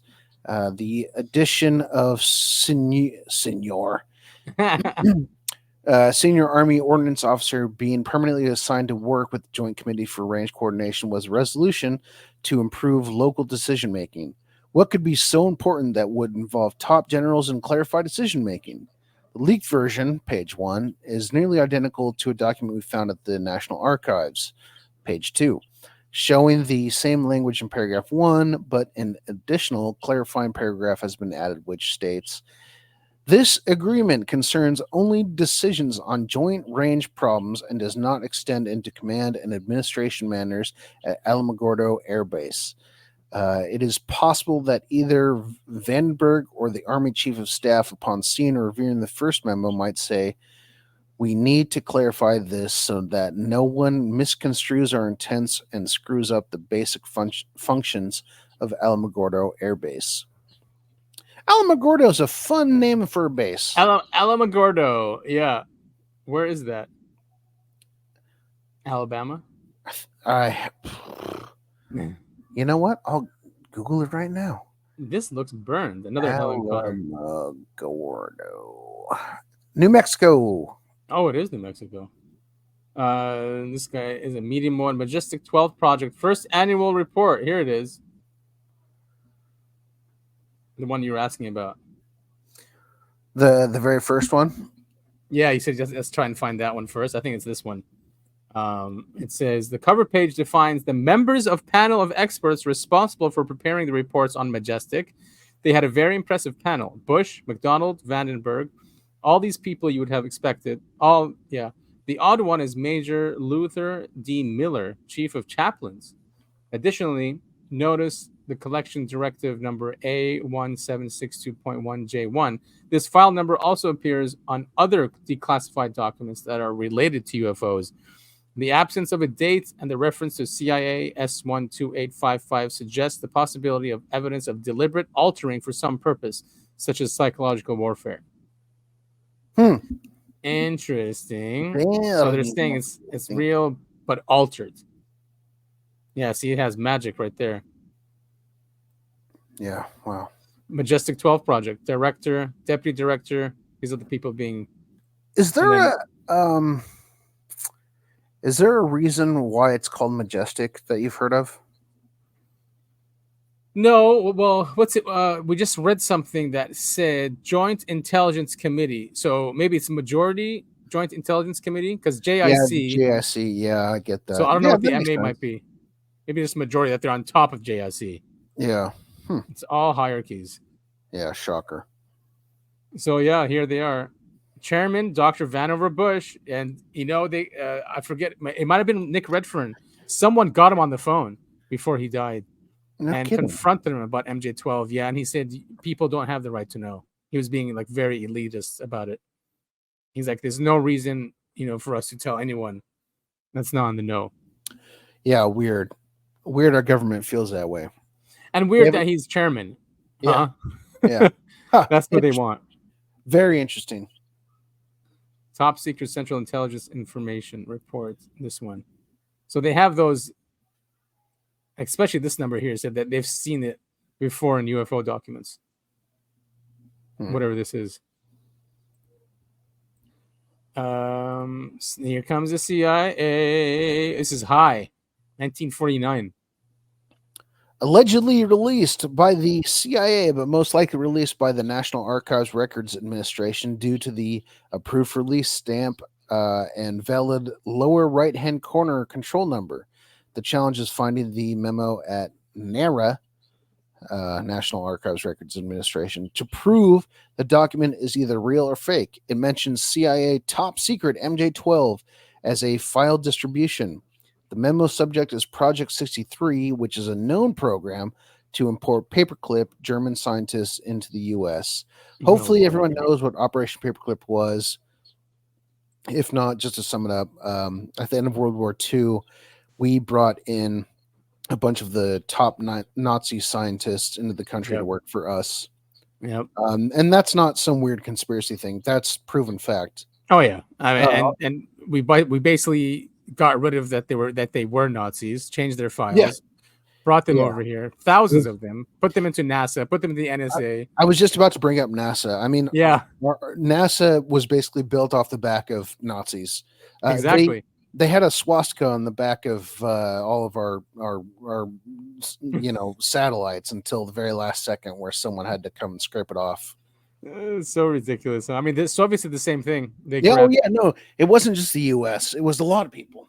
Yeah, they just grabbed it and said, let's use them. Yep. So here's that document, CIA. I guess where's the same magic? He said, bottom right. I don't see it. CIA. Oh, here it is. MJ-12. Yeah. CIA top secret MJ-12. Wow. Helen Cotter. He's that one that has that quote about UFOs. About what they are, Helen Cotter. What's he say? Sorry, I'm not yawning at you. I was just yawning because I'm tired. No, I know. This is the one you just read. I just opened it. If they don't have 2 legs or 4 legs, we'll bomb them. Hopefully, 2 legs or 4. So snakes are okay. Snakes are fine. Don't have a problem with snakes. White shot memo.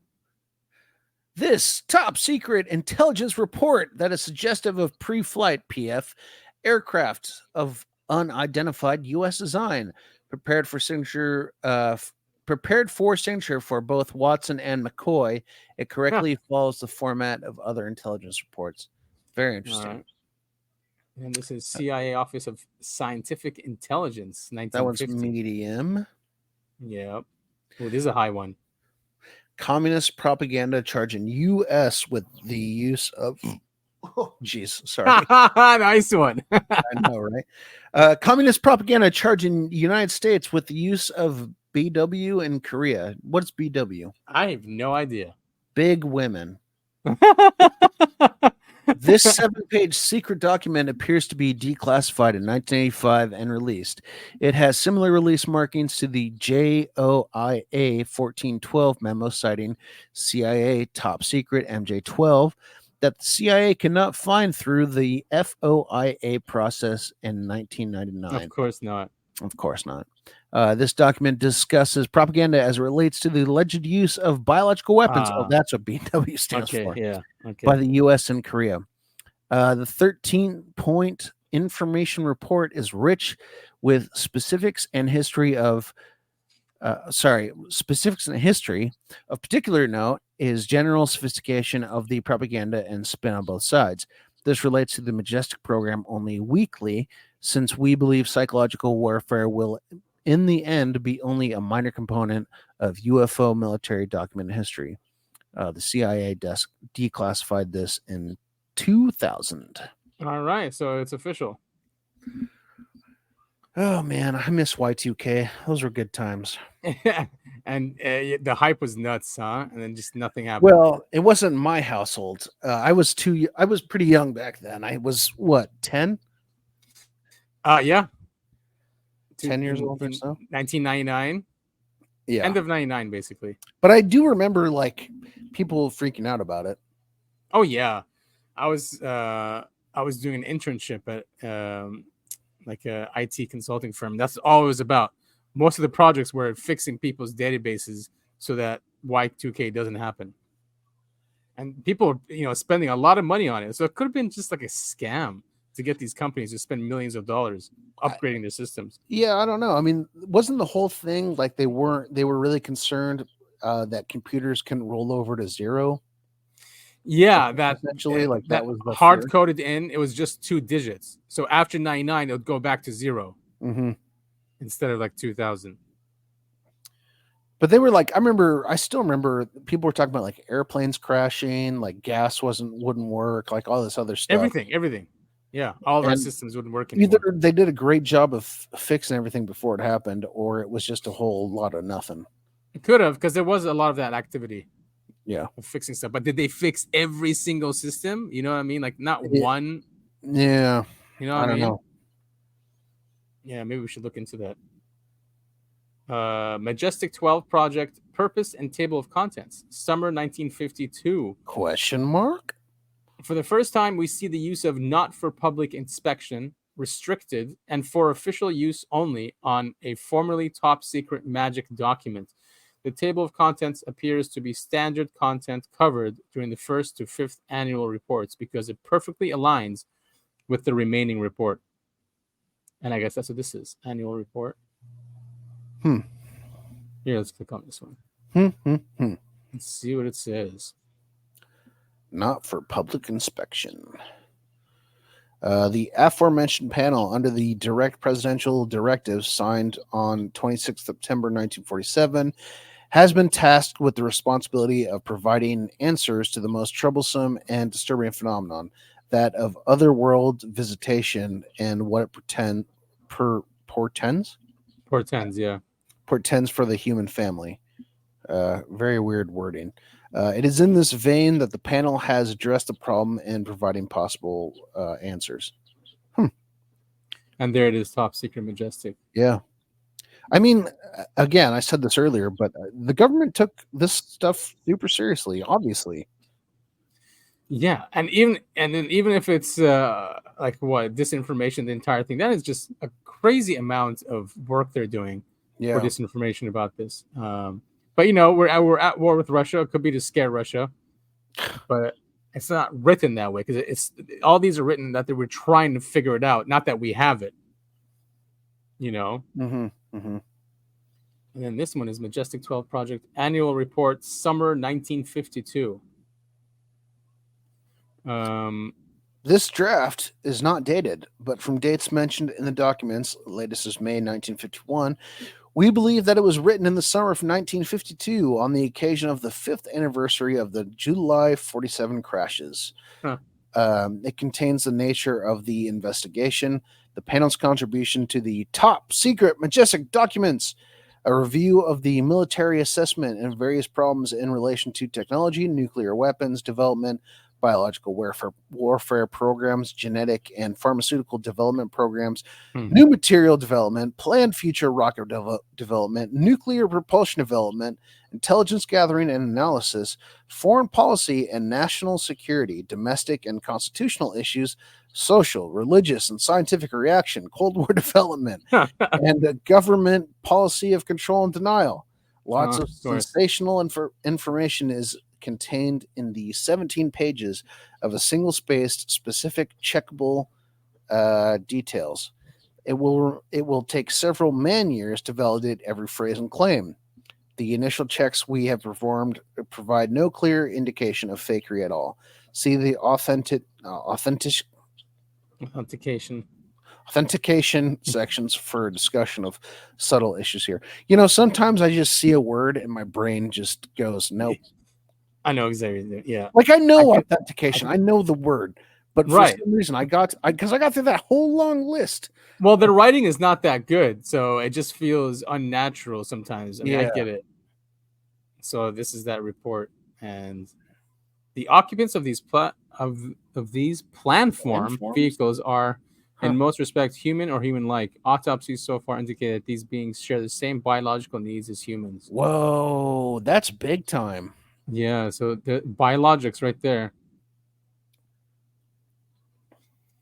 So this is them underlining stuff and circling stuff. There's IPU again. Post 1947 incident, New Mexico. Majestic and SSP. SSNP. SSNP. Yeah. Single shit and piss. Utilization of paperclips specialized by scientists. Look at that. Majestic 12 project.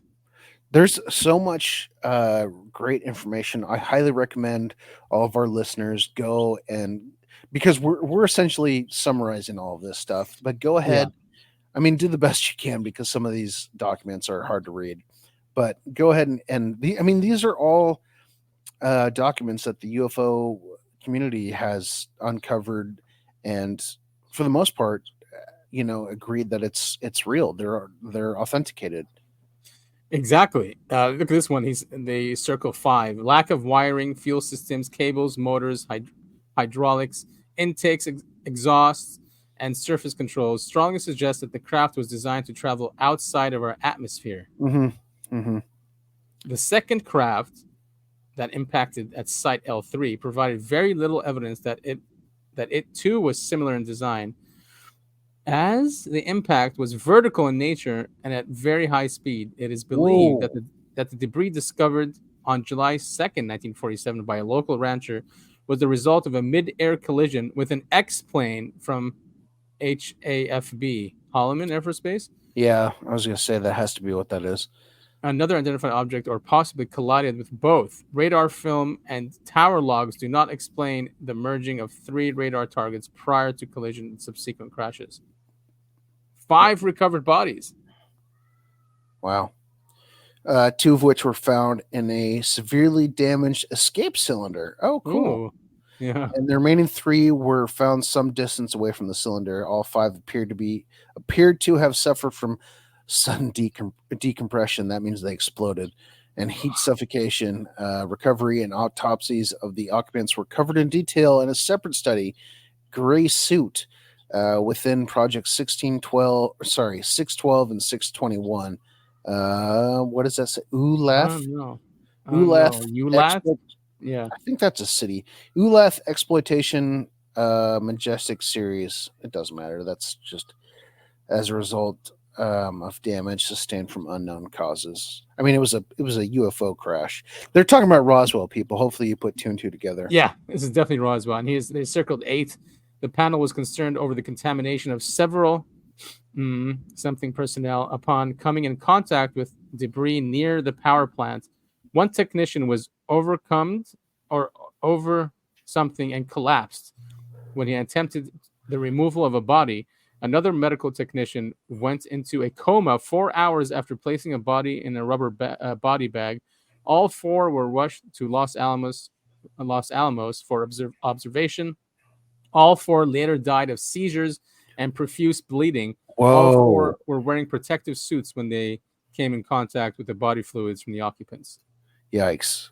That is weird. But yeah, if they're alien, makes sense. Right. It totally makes sense. Ooh, look at this one. Number 11. Detection of a high altitude explosion was recorded by a Project Mogul constant level balloon on 4th of July 1947. Radar from White Sands Proving Ground and Holloman Air Force Base also detected a surge. So they're saying it was a collision, but they're also saying there was an explosion. Oh, probably from the collision. Mm-hmm. Mm-hmm. Weird how they would collide with an X-plane. Yeah, I'm trying to figure out how the hell that would happen. Yeah, I don't know. It's like they do it on purpose. I mean, they have this super advanced technology. Why the hell? How could they collide Yeah, with a human-made craft? it is weird. And then that's why the radar thing makes sense. Mm-hmm. Something clearly went wrong. Atomic engines for aircraft built here on Earth face many difficulties because of the size and weight of the reactor and radiation shields. So they were thinking about this in the early 50s. Yeah, it's wild stuff. Hypersonic small disturbance theory. So I guess this is just going through a Majestic 12 because it's going date by date on June 15th, and then here's May 1948. Really detailed. And I think people have gone through these and then searched the newspapers to confirm. Yeah, I was gonna say. All right, so that was that annual report. Truman to Secretary of Defense, 1952, medium. Communications intelligence activities. In short, it establishes the NSA. So that was in 1952. What is interesting is that the same top secret control number, 7330405, is used on another question document of the same era, the Truman Presidential Briefing, discussing unidentified aircraft sightings over the United States. Wow. NXC fragment. This document appears to be, this is just medium credibility. This document appears to be one of the annual reports of Majestic, although the numbering does not correspond to the annual report. We can probably skip that one, right? Okay. This one is really high, though. Yeah. Eisenhower briefing document. This national security information is classified top secret, not double top secret. After identifying the 12 Majestic members, it states that the Kenneth Arnold sighting had caused near hysteria. Noted that there was a secret recovery operation starting on the 7th of July, 1947. 4 dead bodies. Wreckage moved to several locations. It showed Harry S. Truman's top secret memo as Appendix A on page 8, setting up the program. Stanford Freeman is a notable expert on this document. Some statements agree and some do not agree with the statements in other documents. This does not necessarily imply fakery because of the heavy compartmentalization of the facts. Implications for the national security are of continuing importance in that the motives and the ultimate intentions of those visitors remain completely unknown. Wow. It's unbelievable. I mean, this stuff is basically out. Why don't they just tell us? This one, yeah, this looks pretty legit. Yeah. Eyes only. People use that all the time in business. Yeah. Here they are. Operation Majestic 12 is a top secret research and development intelligence operation responsible directly and only to the President of the United States.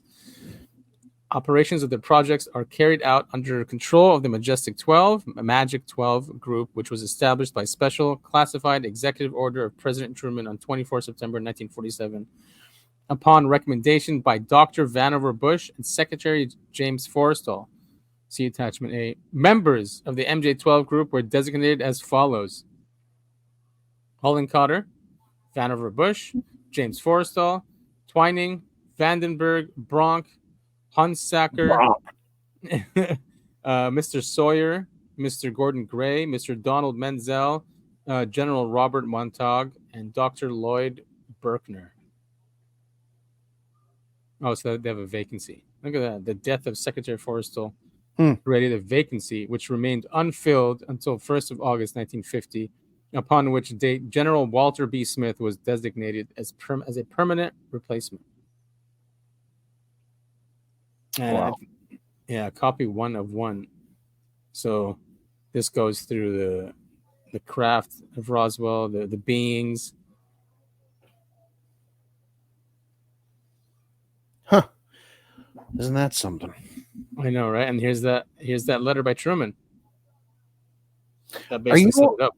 Are you on a different screen? Because yes, I have been. I'm sorry. I was reading this one. Yeah, it's okay. I was like trying to follow along on the next thing, and couldn't figure it out. Anyway.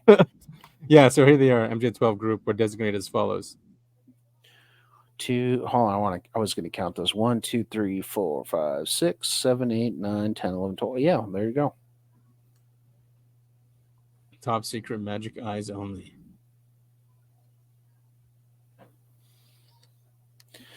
Just and the thing that is crazy to me, I mean, it's not crazy, it's just honestly, it's not even that surprising, is this group most likely still exists today. Obviously, a different name. And you mentioned it up top. What'd you say? Orion? Zodiac. Yeah, I mean, so this kind of stuff is still going on. It's sad that we're having to look at documents that are 50, 60, 70 years old at this point.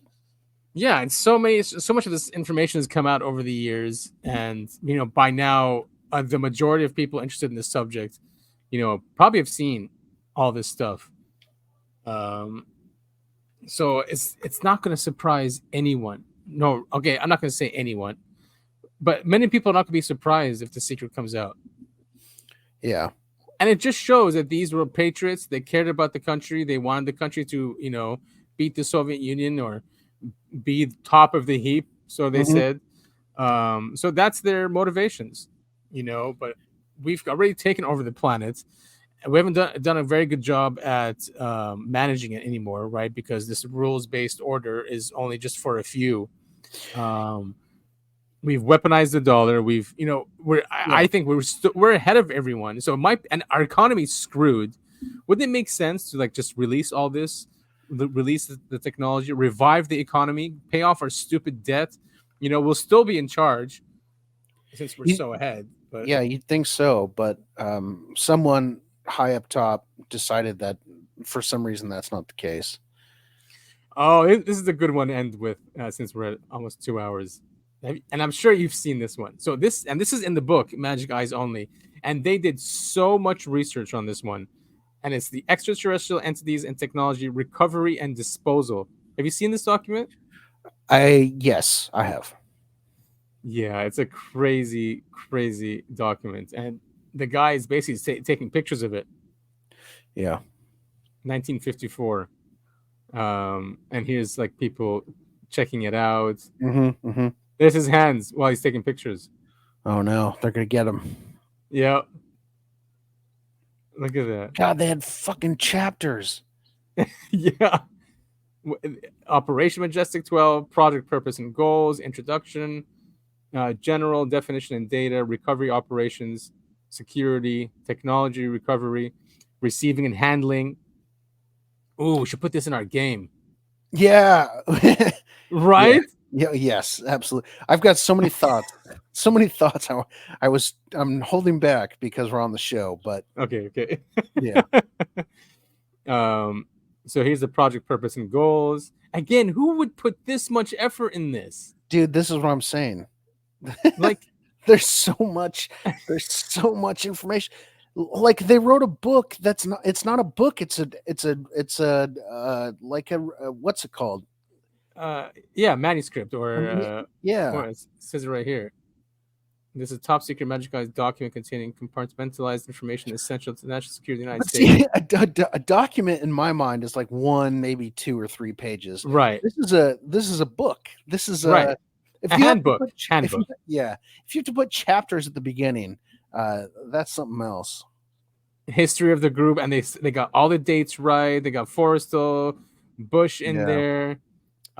Just wild. So let's get into like some crazy stuff in here. Description of extraterrestrial technology. The following information is from preliminary analysis reports of wreckage Yeah. collected from crash sites of extraterrestrial craft 1947 to 1953. Excerpts from which are quoted verbatim to provide guidance as to the type and characteristics of material that might be encountered in future recovery operations. Yikes.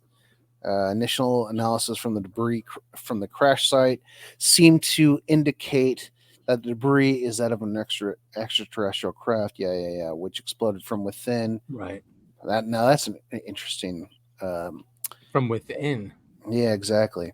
It came into contact with the ground with great force, completely destroying the craft. The volume of matter indicates that the craft was approximately the size of a medium aircraft, which what the hell does that mean? I know, yeah, what that means. Although the weight of the debris indicates that the craft was extremely light for its size, something that is always mentioned when you look into Roswell. Metallurgical analysis of the bulk of debris recovered indicates that the samples are not composed of any materials currently known to terrestrial science. The material tested possesses great strength and resistance to heat in proportion to its weight and size, being stronger by far than any materials used in military or civilian aircraft at present. Much of the material having the appearance of aluminum foil or aluminum magnesium displays none of the characteristics of either metal, resembling instead some kind of unknown plastic-like material. Yeah, I mean, this is great. I mean, this is all stuff that was talked about when you look at the interviews with people who were around during Roswell. They all had the same sentiment. Press blackout. They talk about official denial, discredit witnesses, deceptive statements. It's almost like the same thing they're doing today. It's exactly the same. Secure the area. Like basically, that's why, folks, if you see a UFO, if a UFO crashes near you, don't tell anyone. tell us. That's it. The area must be secured as rapidly as possible to keep unauthorized personnel from infiltrating the site. The officer in charge will set up a perimeter and establish a command post inside the perimeter. Also, probably don't touch the aliens because you will get sick, as we discussed. Yeah. Oh, hey, blur your picture. Yeah. Removal and transport. There was this section about the aliens, even the crafts. Oh, here they are. Sorry. Description of EBEs. Is EBE type 1, EBE type 2. Wait, hold on. I want to read these. Entities are humanoid and might be mistaken for human beings of the Oriental race. They're Asian. If seen from a distance, they are bipedal, 2 feet, 5'5". What does that say? 5.5 feet 4 inches. Oh, 5 and or 5 foot 4 inches. Yeah. Anyway, they're about 5.5 feet tall. They weigh 80 to 100 pounds. Oh man, I'd kick this alien's ass. It's like the size of a 4th grader. Proportionally, they are similar to humans, although the cranium is somewhat larger. I mean, they're describing what we know as a gray alien. Yeah. Yeah, exactly. No ears. They say nose is thin and nose is thin and long, and the mouth skin is a pale, chalky yellow in color. It's thick. Oh, and slightly pebbled in appearance. Okay, actually, no, this is not like what we see. So that's like scaly. The eyes are small. Okay, wide set, almond shaped, with brownish black irises with very large pupils. Okay, this is not like we see with gray aliens. No, yeah, the Roswell ones are different. They call them like children. The whites of the eyes are not like that of humans, but have a pale gray cast. The ears are small and set low on the skull. Nose is thin and long, and the mouth is wider than in humans, nearly lipless. That's that's typical of aliens. Yeah. And there's no apparent facial hair. Didn't we talk about hairy aliens last week? Yes, that was our last one. Hairy aliens. And very little body hair. Hell yeah. And being very fine and confined to the underarm and the groin area. Wow, they did some real thorough research on these Seriously. aliens. Body is thin and without apparent body fat. You go, girl. But the muscles are well developed. So we're talking about short, jacked, hairless, Yes. small eyes, big headed aliens. Scary. They're all muscular. The hands are small with 4 long digits, but no opposable thumb. Well, stupid. Have thumbs, Yeah. aliens. Do better. I know, seriously. The outside digit is jointed in a manner as to be nearly opposable. Wait, shit. Where'd that go? Sorry. And there's no webbing between the finger as in humans. Whoa, I'm looking at my hand right now. There's no webbing there. I mean, some people have more than others. Are they talking about like from the wrist to the end of the fingers? There's no like palm. It's just fingers.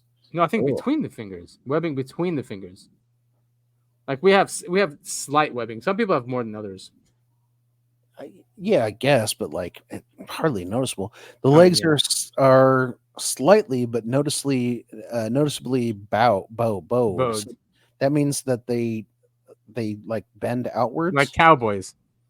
Yeah, and the feet are somewhat splayed and proportionally large. Interesting.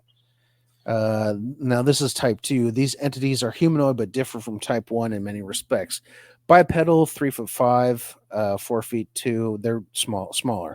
Yeah, these are small grays, and they only weigh 25 to 50 pounds. Oh, these are the grays. These are kindergartners. You could kick these as far as you want. Proportionally, the head is much larger than humans or the type 1s, the cranium being much larger and elongated. The eyes are very large. Okay, these are the grays that we're thinking of. Right. Eyes are very large, slanted, and nearly wrap around the side of the skull. That's actually kind of an interesting. Anyway, they are black with no whites showing. Yeah, this is very gray alien. There's no noticeable brow ridge, no eyebrows, and the skull has a slight peak that runs over the crown. Huh. Like cavemen. Yeah. The nose consists of 2 small slits which sit high above the slit-like mouth. There are no external ears. The skin is a pale bluish gray color. Okay, so this is literally describing what's in my PFP right now. Yep, that's them. Yeah. And it's just again no thumb. Oh no, they have a thumb. No hair. Arms are long. Hands have 3 long tapering fingers and a thumb. Interesting. Wow, that's very cool. Very cool. It is not definitely known where either type of creature originates, but it seems certain that they did not evolve on Earth. It is further evident, although not certain, that they may have originated on 2 different planets. Yeah. I mean, it's not completely. I'm sure there's been a bunch of science fiction stories that have talked about this, but it's not that far fetched to think that aliens work together. No, not at all. I mean, we can see like, it's a huge universe. So when life finds each other, I mean, life wants to find other life, so they're going to find life. Finds a way. It does. Oh, so maybe this is the one. Oh, this shows. So this is still part of it. This is part 2. Cleaning the area, but I want to see where the crafts are. Look at that. It even has the forms. Yeah, that's wild. Extraterrestrial technology packing list. Good God. Found a weird gray tube. I'm going to put it in this box, I guess. Handling upon receipt of material. I mean, it just... Wait. Actually, I do... Wow, they have the diagram in the box. Of how to pack it. Jesus Christ. Good job, government. Unpack the specimens in a top security area to prevent access of unauthorized personnel. Cut the metal wires. Can you scroll down a little bit? Yeah, I wonder who the contractor was who made this, because the government doesn't do anything, Cut the metal wires with a suitable cutting tool. Remove screws. Okay, this is talking about the shipping container. Good God. Oh, okay. Cut the barrier. So this is how they want it packed. Can you imagine? Can you imagine some guy in the 1940s, 1950s, your U.S. Air Force or military or whatever, was the Air Force even around? It doesn't matter. Yeah, well, And 47 it was created. you come across this crashed UFO, and you have to pull out your little book here and Yeah. figure out how to package the alien bodies properly. I mean, hey Sarge, I found Such a this arm bureaucracy, here. huh? It's such a bureaucracy, but even like alien encounters, you got to follow a book. Now, I'm just a simple military guy. What am I Hmm. supposed to do with this leg? It's only got 2 toes. It sounds like Marvin the Martian. Yeah. I'm a Martian. Hey, everybody. I'm here from Mars. What are you guys doing with that big box? This is extraterrestrial EBEs. Basically, how they treat encounters. Encounters with EBEs may be classified according to one of the following Ooh, this is gonna be categories. good. Possible contact may take place as a result of overtures by the entities themselves. Ooh, Nice. In yes. these instances, in these instances, it is Anticipated. thank you, that encounters will take place at military installations or other secure locations selected by mutual agreement. Okay, so they're hereby admitting that we are in contact with aliens. Yeah, exactly. With mutual agreement. Such meetings would have the advantage of being limited to personnel with appropriate clearance away from public scrutiny. Although it is not considered very probable, there also exists a possibility that EBEs may land in public places without prior notice. Ah, In this case, the OPNAC team, OPNAC, I don't know what that stands for, will formulate cover stories for the press and prepare briefings for the president of the chief and the chiefs of Oh. staff. I wonder. That sounds very familiar, huh? So they got a plan. Yeah. And this is part B, encounters as a result of a downed aircraft. Aha. There we go. Contact with survivors of accidents or craft down by natural events or military action may occur with little to no warning. Yeah. In these cases, it is important that the initial contacts be limited to military personnel to preserve security. Civilian witnesses in the area will be detained and debriefed by MJ-12. Contact with EBEs by military personnel not having MJ-12 or OPNAC clearance is to be strictly limited to action necessary to pursue the availability of EBEs for study by the OPNAC team. I guess operational national security or something. Something like that. Isolation and custody. EBEs will be detained by whatever means are necessary and removed to a secure location as soon as possible. Precautions will be taken by personnel coming in contact with the EBEs to minimize the risk of disease as a result of contamination by unknown organisms. If the entities are wearing spacesuits or breathing apparatus of some kind, care should be exercised to prevent damage to these devices, of course. While all efforts should be taken to assure the well-being of the EBEs, they must be isolated from any contact with authorized personnel. While it's not clear what provisions or amenities might be required by non-human entities, they should be provided if possible. The officer in charge of the operation will make these determinations. No guidelines now exist to cover this area. Wow. They went through everything, huh? Yeah. Yeah, I find this very fascinating, honestly. It's crazy. Yeah. And it's the retrieval of actual hardware. Oh, here they are. Oh, it's not that clear. But it shows. Yeah, but I mean, we've covered all of these types of UFOs on the show before. I mean, there's the triangle, the cylinder. There's the cylinder. I mean, there's the bell top. I mean, all of these UFOs have been seen by people. That triangle one, I still get shivers thinking about that. Remember we showed that video like months ago. I downloaded it. That guy who was filming the triangle UFO outside of his house, like from inside of his house. And the thing is so ominous and scary looking. It's just woof. I do not want to see one of those. No, that's when you know you're in trouble. I feel like, the circular UFOs, no, it's a good time. Triangle UFOs, you're done. Just say your prayers. Yeah, there's something about those crafts, right? Like, it just seems evil in a way. So rules of thumb, and then indexes. Yeah, I want to get my hand That's on this book. I bet you it's archive.org. Yeah, I hope so. So let's see what they say. 32-page manual shows the crafts as being disc-shaped, cigar-shaped, or triangular, or ice cream cone-shaped. Yay! Entities are of two types. We covered those. They're not known as terrestrial science. Of the principal objectives is to keep the public in the dark. Yeah, we know. Mm-hmm. This in chapter 4, they tell you how to box it up properly.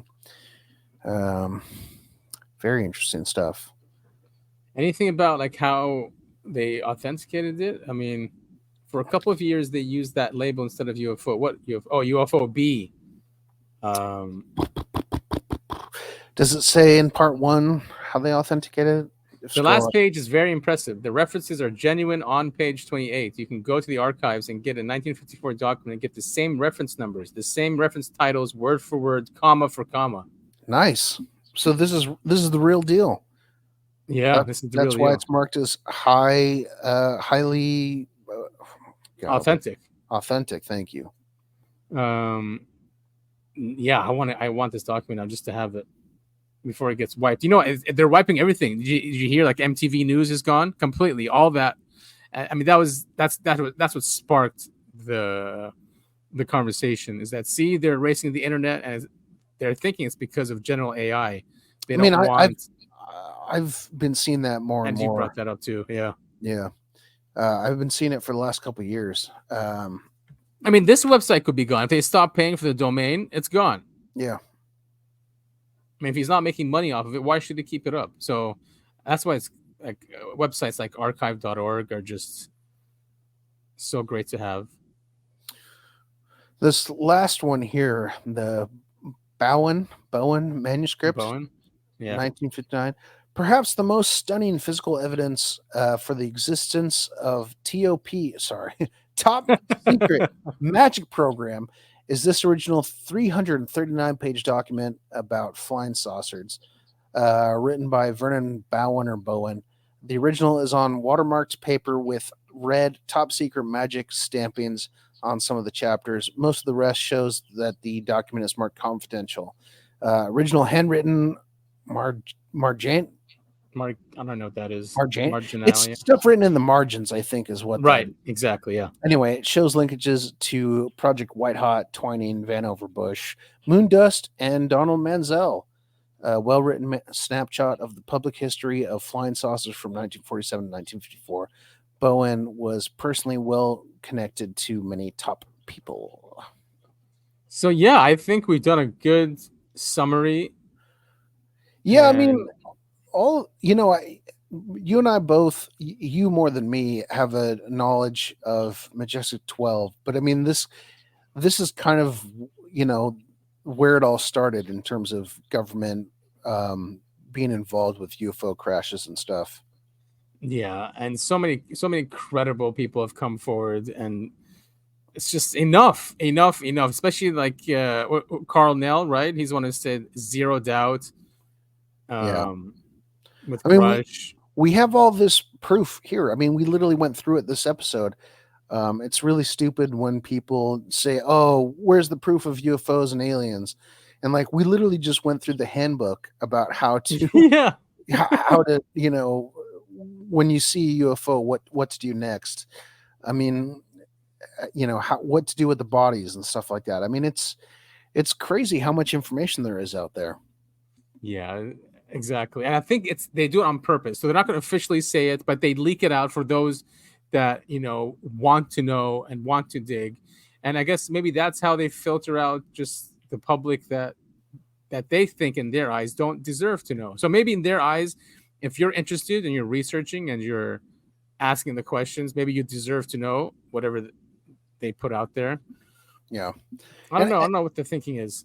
Well, and I just want to say again, this is not created by this website. It's not created by, nobodies have no idea what they're talking about. I mean, these are, as we discussed at the beginning, these are journalists. These are really smart people that, you know, they've been doing this for a long time. These are actual people who do the research. They study. You know, they go after the government. Yeah, these are not people that want to push anything they see. They're not gullible. They want to know the truth too. So, like we saw, I mean, they look at everything: the words written, the vocabulary, the reference numbers, all that before they release these documents. So, you know, Yeah. we're lucky, definitely lucky. I remember they used to be able to buy all those documents, but you can't anymore, which sucks because I would. Right? Yeah. No, totally. Donate. It's just see. So if you click here, you go to the new book, which is a great book. This one, Magic Eyes Only: Earth's Encounters with Extraterrestrial Technology, paperback. Wow. And they, I guess they re-released it. Exactly. Good. Yeah. Jim Mars did the forward. I love Jim Mars. He passed away during COVID. Well, good. I hope all of you appreciated our deep dive into the Majestic 12 papers. Go ahead and do the research yourself. Look into it. I mean, there's, you know, we touched the tip of the iceberg there, but there is so much we did involved with our government and UFOs. They're intertwined. They really are, and it has been for such a long time, as we saw ever since Roswell. And you know, people who are curious as to why Roswell was such a big deal. This is, you know, proof. Yeah, and we know why it was such a big deal is because our presidents and our generals wanted that technology. They wanted us to be top of the heap, and they said it right there that they had disinformation campaigns so we can remain top of the heap and that we are never under attack by anyone or anything. And they've succeeded at that. You know, we've become a global empire. You know, and yes, we have been going through some bumps lately because we're mismanaging the empire, but it just shows that the foundation of building this empire was UFOs and then UFO secrecy and that cover up. And we can just see with these historical documents that there was so much interest back and forth from the president himself and the generals. And then somewhere down the line, when it went to Majestic and went to the CIA, that it just became them. And they did not involve the president anymore. And it just seems like it was the secret government and these contractors creating technologies that we see today in our phones, in our computers, in communications. I mean, it's right there in those documents that fiber optics were there in those crafts. We didn't know what fiber optics were. You know, they said glass cylinder like things. And they figured it out. Yeah, I mean, yeah, it is absolutely bizarre. Looking at the jump from technology that we had during that time, you know, and finding this kind of stuff, and then all of a sudden, the people, the general public has it now. Exactly, it's in our hands. Like we're sitting there doing with touch screens, with supercomputers in our hands, that can do anything really. I mean, it's like a mobile. It's a mobile everything. Right, it's a mobile recording studio. The apps that run on these smartphones, they run on them because they're powerful. So it's cool stuff, but just never forget where it came from. Yeah, never forget where it came from. Exactly. Well, one day it'll be out, and hopefully shows like ours can contribute to this knowledge. And I'm sure people listening, maybe a lot of you haven't heard about Majestic 12, but it's there. Those documents have been authenticated. It's a rich history of the United States, or I guess post-war United States. It makes you just see everything in a different perspective. Yeah, I mean, on one hand, it really pisses me off, like how secret the whole UFO business has been. But on the other hand, it's really good. It's so cool. Secret government stuff. It is so cool. Yeah, it's like a movie. Yeah. And I get it. Right? I get why they did it, but I mean, we're kind of beyond that. Yeah, I was gonna say, like, I get it from like the 40s, 50s perspective, but now we're so far beyond that. I mean, Like every movie that comes out nowadays has aliens in it. I mean, it's like in our zeitgeist. I don't understand why it still has to be kept secret. To save an embarrassment, to save the crimes, right? It's just, when it too comes much. down to it, I think it's about money. We don't want other countries in the world to know what we truly have. That's all it is. And maybe all these patents will be null and void if they were like stolen, kind of thing, because all the technology around us has been patented. Can you steal a technology that crashed on Earth from another planet? Is that truly stealing? If you reverse manufacture or whatever the hell it's called, reverse engineer Wi-Fi from aliens from Mars, is that stealing? I mean, I guess not. Then maybe what it is, like, oh, so you humans can't figure this stuff out. You need help, and we don't want that getting out either. What we need Marvin from Mars to come down and sue like Harry S. Truman. And Roosevelt. And Ike. Ike. Oh no, not Ike. No, Ike I like Ike. He was the last good president, in my opinion. Yeah, he warned us. He did. He warned us, and we completely did not listen. I mean, maybe he shouldn't have made MJ-12 then. I guess. This is on you, Ike. No, I mean, his daughter's out there saying stuff like that. Or sorry, granddaughter. He did warn us about the growing industry of the military-industrial complex. Complex, yeah. And here we are today. Our economy cannot function without a military-industrial complex. We need wars. But think about those Think about this poor Israelis or the poor Ukrainians. We have to send them money and weapons. And weapons, because we can't survive without it. So maybe it just, that's why if they release these technologies, revive the economy, to change it where it's not based on war anymore, we could still have a very strong defense if we're not out there blowing people up. Yeah, I mean, they could work a little bit faster. I'm still not going to be able to buy a house anytime soon. Well, with the revived economy, you will be able. I mean, that's great. The S&P is skyrocketing. Thank God for that. I still can't afford to buy groceries, though. But I know, who cares? Right? Who cares? The stock market, it's booming. And rent keeps going up. And fucking tell me about it. But yeah, our whole system of government and money's got to change. Basically, money. Sorry to say it, you bankers out there, but in our original Constitution, we didn't have a central bank. Or money based on debt. That's why we're in debt. Yeah, I'm really terrified of the future of money, because as we know, it's going to be all digital, and then the government's going to find some reason to put a hold on your account. So you can't buy money if you said anything against trans people or whatever the soup of the month is over there. Don't put it past them. As long as, I guess, I mean, they are trying to pass, or did they? They passed it in Congress, right? That the Federal Reserve cannot create a cryptocurrency because they want to be private with their cash too. It's not like these guys are upstanding individuals.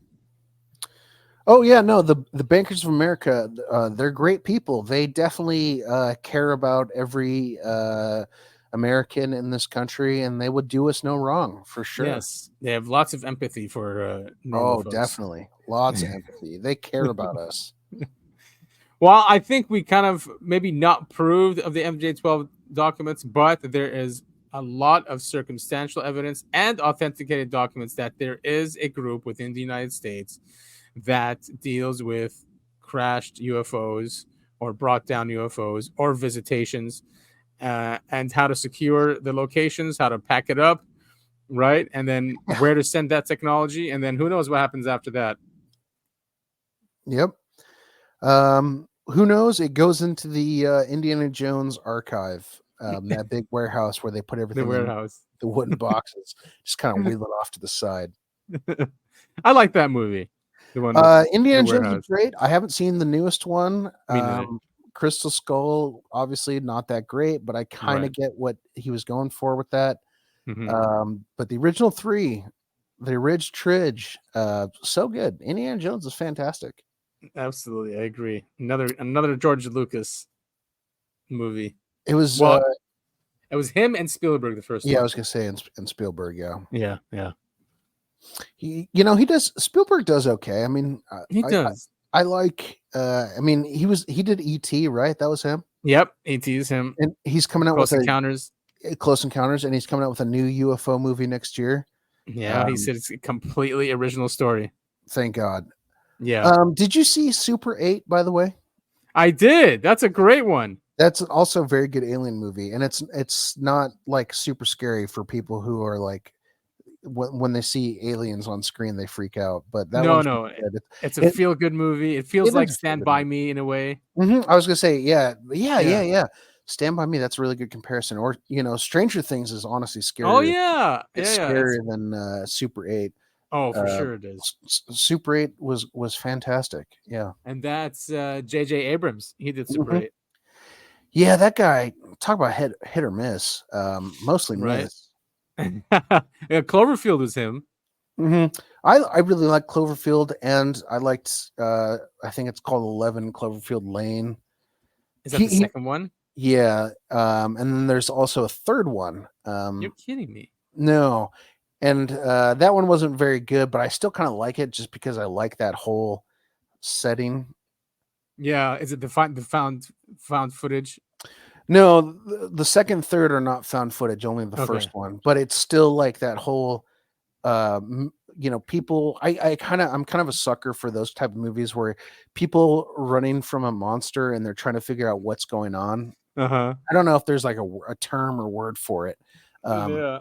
I don't think... But both the second and third one, you're trying to figure out what the hell the monster is, and then you don't figure it out until the very end, and then even then you're kind of left with questions, and I like that. Oh, cool! I didn't know there was 3 of them. All right, I'm gonna check those out as well. 11 Cloverfield Lane is probably the best because it has the third one. That's the second one. That has nothing to do. Honestly, 99.9% of that movie has nothing to do with aliens but it's just the setting of it. It's so tense and cool. It's got that big fat guy. What's his name? That's a tough one. That doesn't really narrow it down. He's in a ton of movies. He's done a lot. Have you seen Oh Brother? The King of Queen guy? No. Have you seen Oh Brother, Where Art Thou? Yes, but a long time ago. I mean, that's George Clooney. Who's the guy who's playing the Cyclops? How come I can't remember that? John Goodman. Woo! Oh, Goodman. Oh, okay. Wow. He's good. John Goodman, 11 Cloverfield. Wait a minute. I have seen 11 Cloverfield. It's in a bunker? Yes. Yeah. I have seen it. It's amazing. Yeah, it's this is what I'm talking about. It's very good. But it has nothing to do with aliens. Nothing at all. It's such a good movie. Very, very end. Yes, exactly. Okay, and that's when they tied together. Is at the very, very, very end. Okay. So there's a third one. The third one takes place on the ISS, if I believe correctly. What? So cool. Are these all J.J. Abrams, or he just did the first one? No, I think he's a producer on 2 and 3.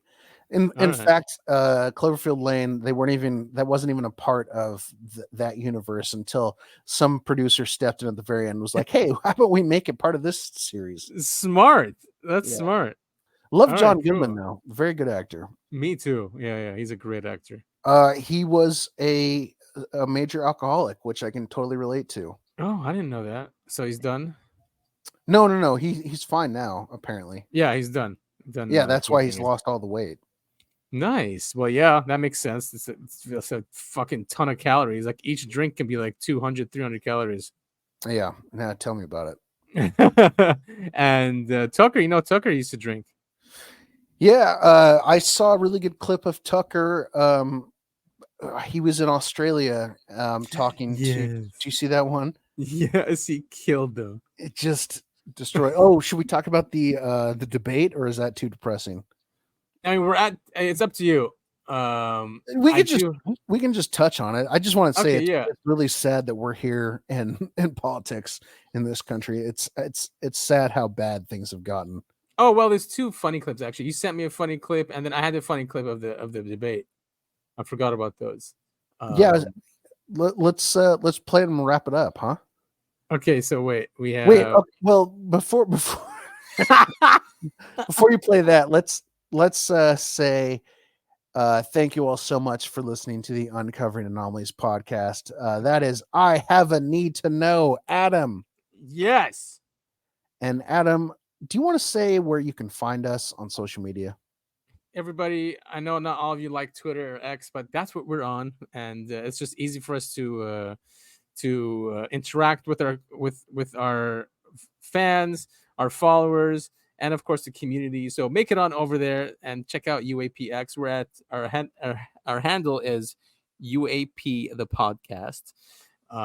We share our episodes there, news of UAP. We interact with the community, and if you want us to feature something in the show, just tag us and we'll try our best to do so. We're on all podcasting platforms. Yeah, you want to say something? No, I was just gonna say, I mean, every once in a while we get tagged on X, relating to something that we talk about, and it's great. I get a little skip in my heart when I see that. It is nice. And we're not on anything else though. We're not on Facebook, we're not on Instagram, we're not really on TikTok. I mean, it's just too much to handle, if you know what I mean. So you can find us on there, interact with us there. We're on all podcasting platforms, all major ones, all small ones. So you can find us there. We're on all video platforms. That includes YouTube, Rumble, BitChute, and Odyssey. And other than that, you can write us an email at uncoveringanomalies@gmail.com if there's a request you guys have or something, or a book you want us to review, or maybe an interview request. I don't know. Hit us up there and we'll take a look at it. Tell us about your abduction story. I want to hear from people who have been abducted by aliens. I'm dead serious. I'm not going to make fun. I'll probably make jokes because that's what I do. But tell us about your abduction story because I want to hear it. I really do. I do too. I mean, I've seen a bunch of UFOs in my life. I felt presences before, but they could have been demonic. So, but I've never been abducted. That I know of. Yeah. I mean, I'm not going to do any hypnosis to find out. Oh God, no! I'm terrified what would happen to me if I was put under hypnosis. But also, hypnosis is not the end all be all. A lot of people who are hypnotized, they come up with stuff that didn't really happen, but it's just stuff that they've heard. Exactly, and it comes out through your subconscious. And to your point about the debate, I'm sure everyone has seen it. If you haven't, it was terrible for Biden. It was embarrassing. He lost his train of thought. Trump was hilarious and insulted him at the right time. Biden's insults were childish, basically. What do you say? He's like, you're something. You're a loser, or I don't know. He's talking about the troops or something. You're a sucker. You're a loser. Yeah, I just. The Democrats set this up. They put all these rules like the muted mic and no audience. And honestly, I think Trump benefited from all of that. It backfired. It totally backfired. Yeah. And I don't know. We were talking about this before the show. I don't know what the Democrats are doing, what their plan is, because their plan has been terrible. They don't seem to. We were talking about this off mic, through texting, and we were saying like I thought it was a scheme to allow Biden a way to drop out, gracefully. But they're doubling down where they're saying, okay, Biden is not going to step out. We're running him. And it just doesn't make any sense, which means they want Trump in office. Yeah. That's what it looks like. It's so bad. That debate was so bad that I see Reddit comments talking about how much Biden was bad. And that's saying something for those of you who don't use Reddit. It is the furthest left platform you can be on. Yeah, and at this point, it's elderly abuse. It is to have this guy go over to the 40s. Look at him here, please. Just look at his face. Yeah, actually, I was talking to my mom about it, and I was gonna, that's one of my things. I was like, oh, this is elder abuse, but she might have brought it up before I did, and she was actually madder at Jill than she was Joe, because she was like, how dare she do that to her husband? And I totally agree. Give a crap. Yeah, she doesn't give a crap. She's married to power, and she just wants the power. And this guy can just she won't even care if he dies. No, of course not. So this is an event after the debate. They're basically babying Joe. They're saying, "Oh, you did so good. You answered all the questions." I mean, what? It's just pathetic. So pathetic. So here, let's take a listen. And here's his face. I saw in him then the same character that I see in him today. And even though he has faced unimaginable tragedies, his optimism is undaunted. His strength is unshakable. His hope is undeterred. I saw in him then the same. Just unreal. I did see that Trump had tweeted all of Biden's like stumbling things during the debate, and that's the best campaign you can run. It's just exactly. Help, I'm lost. I want to see if there's anything from the debate because there was some funny clips. I mean, Biden couldn't even walk off stage. He had to have his wife come out and help him down the stairs. It's really sad and pathetic. His hope is undeterred. No kidding. Sad. It's just sad. Well, I mean, it looks like it is inevitable. I don't think they can even fake this one. No, they're going to tell us the whole debate was a deep fake. What the so Poor weird. baby. Yeah, look at even that kid is like weirded out. Jesus. And the parents don't care. No, of course not. They're paid to be there. Do you ever do that? You've got a kid. Have you ever done that to your kid? I've never done that. No. Can you imagine doing that to someone else's kid? No. That's terrifying. All right. So, and then you shared this really funny one. Conspiracy theorist. I hope you have that YouTube video. Man, listening to us. Yeah, great. But I don't think they listen in on people whose mattress is on the floor. So you're safe. Heard that. Was listening through the door. You're coming with us. Preparing 5G stun gun. Targets neutralized. All right, take the blindfolds off. Where are we? You're on the moon. The local moon. Because that's all there is. Obviously. Now, we need you guys for a special project. So first, a quick rundown. The local moon had to be colonized, of course, because it allows us to control the weather. There's our operator now. Shalom. Hey, make sure it rains in Botswana tomorrow. Okay. Here's where the moon landing was filmed, using green screen. Why would you use green screen if you're already on the local moon? Budgeting problems. What? But the filming happened several years after the Russians first landed here in 1963 because it gave them a better angle to shoot JFK. Just like I said.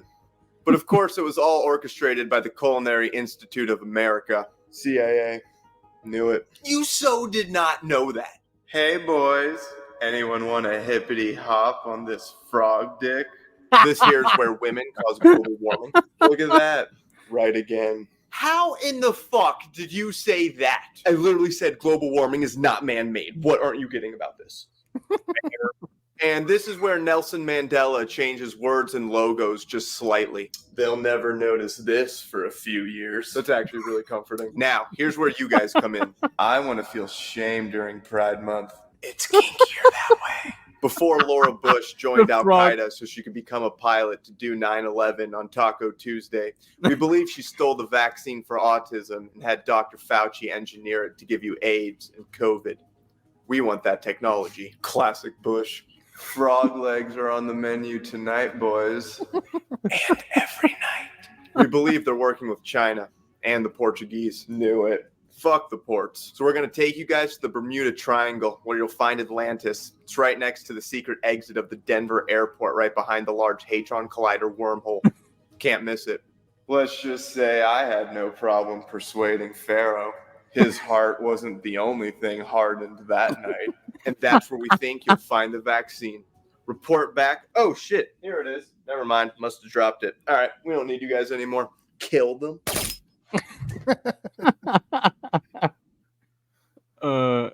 Told you. Shut the fuck up. Great stuff. Perfect. Absolutely perfect. That was a great clip. The frog is something else, man. Tonight frog legs are on the menu and every night. Every night. Well, once again, thank you all for listening to our deep dive on the Majestic 12 documents. We Yes, hope that you was enjoyed fun. it. Let us know if you have any ideas for further deep dive shows, and we'll get right on that. I'm Topher, and we will see you all next week. Yep. See you all next week.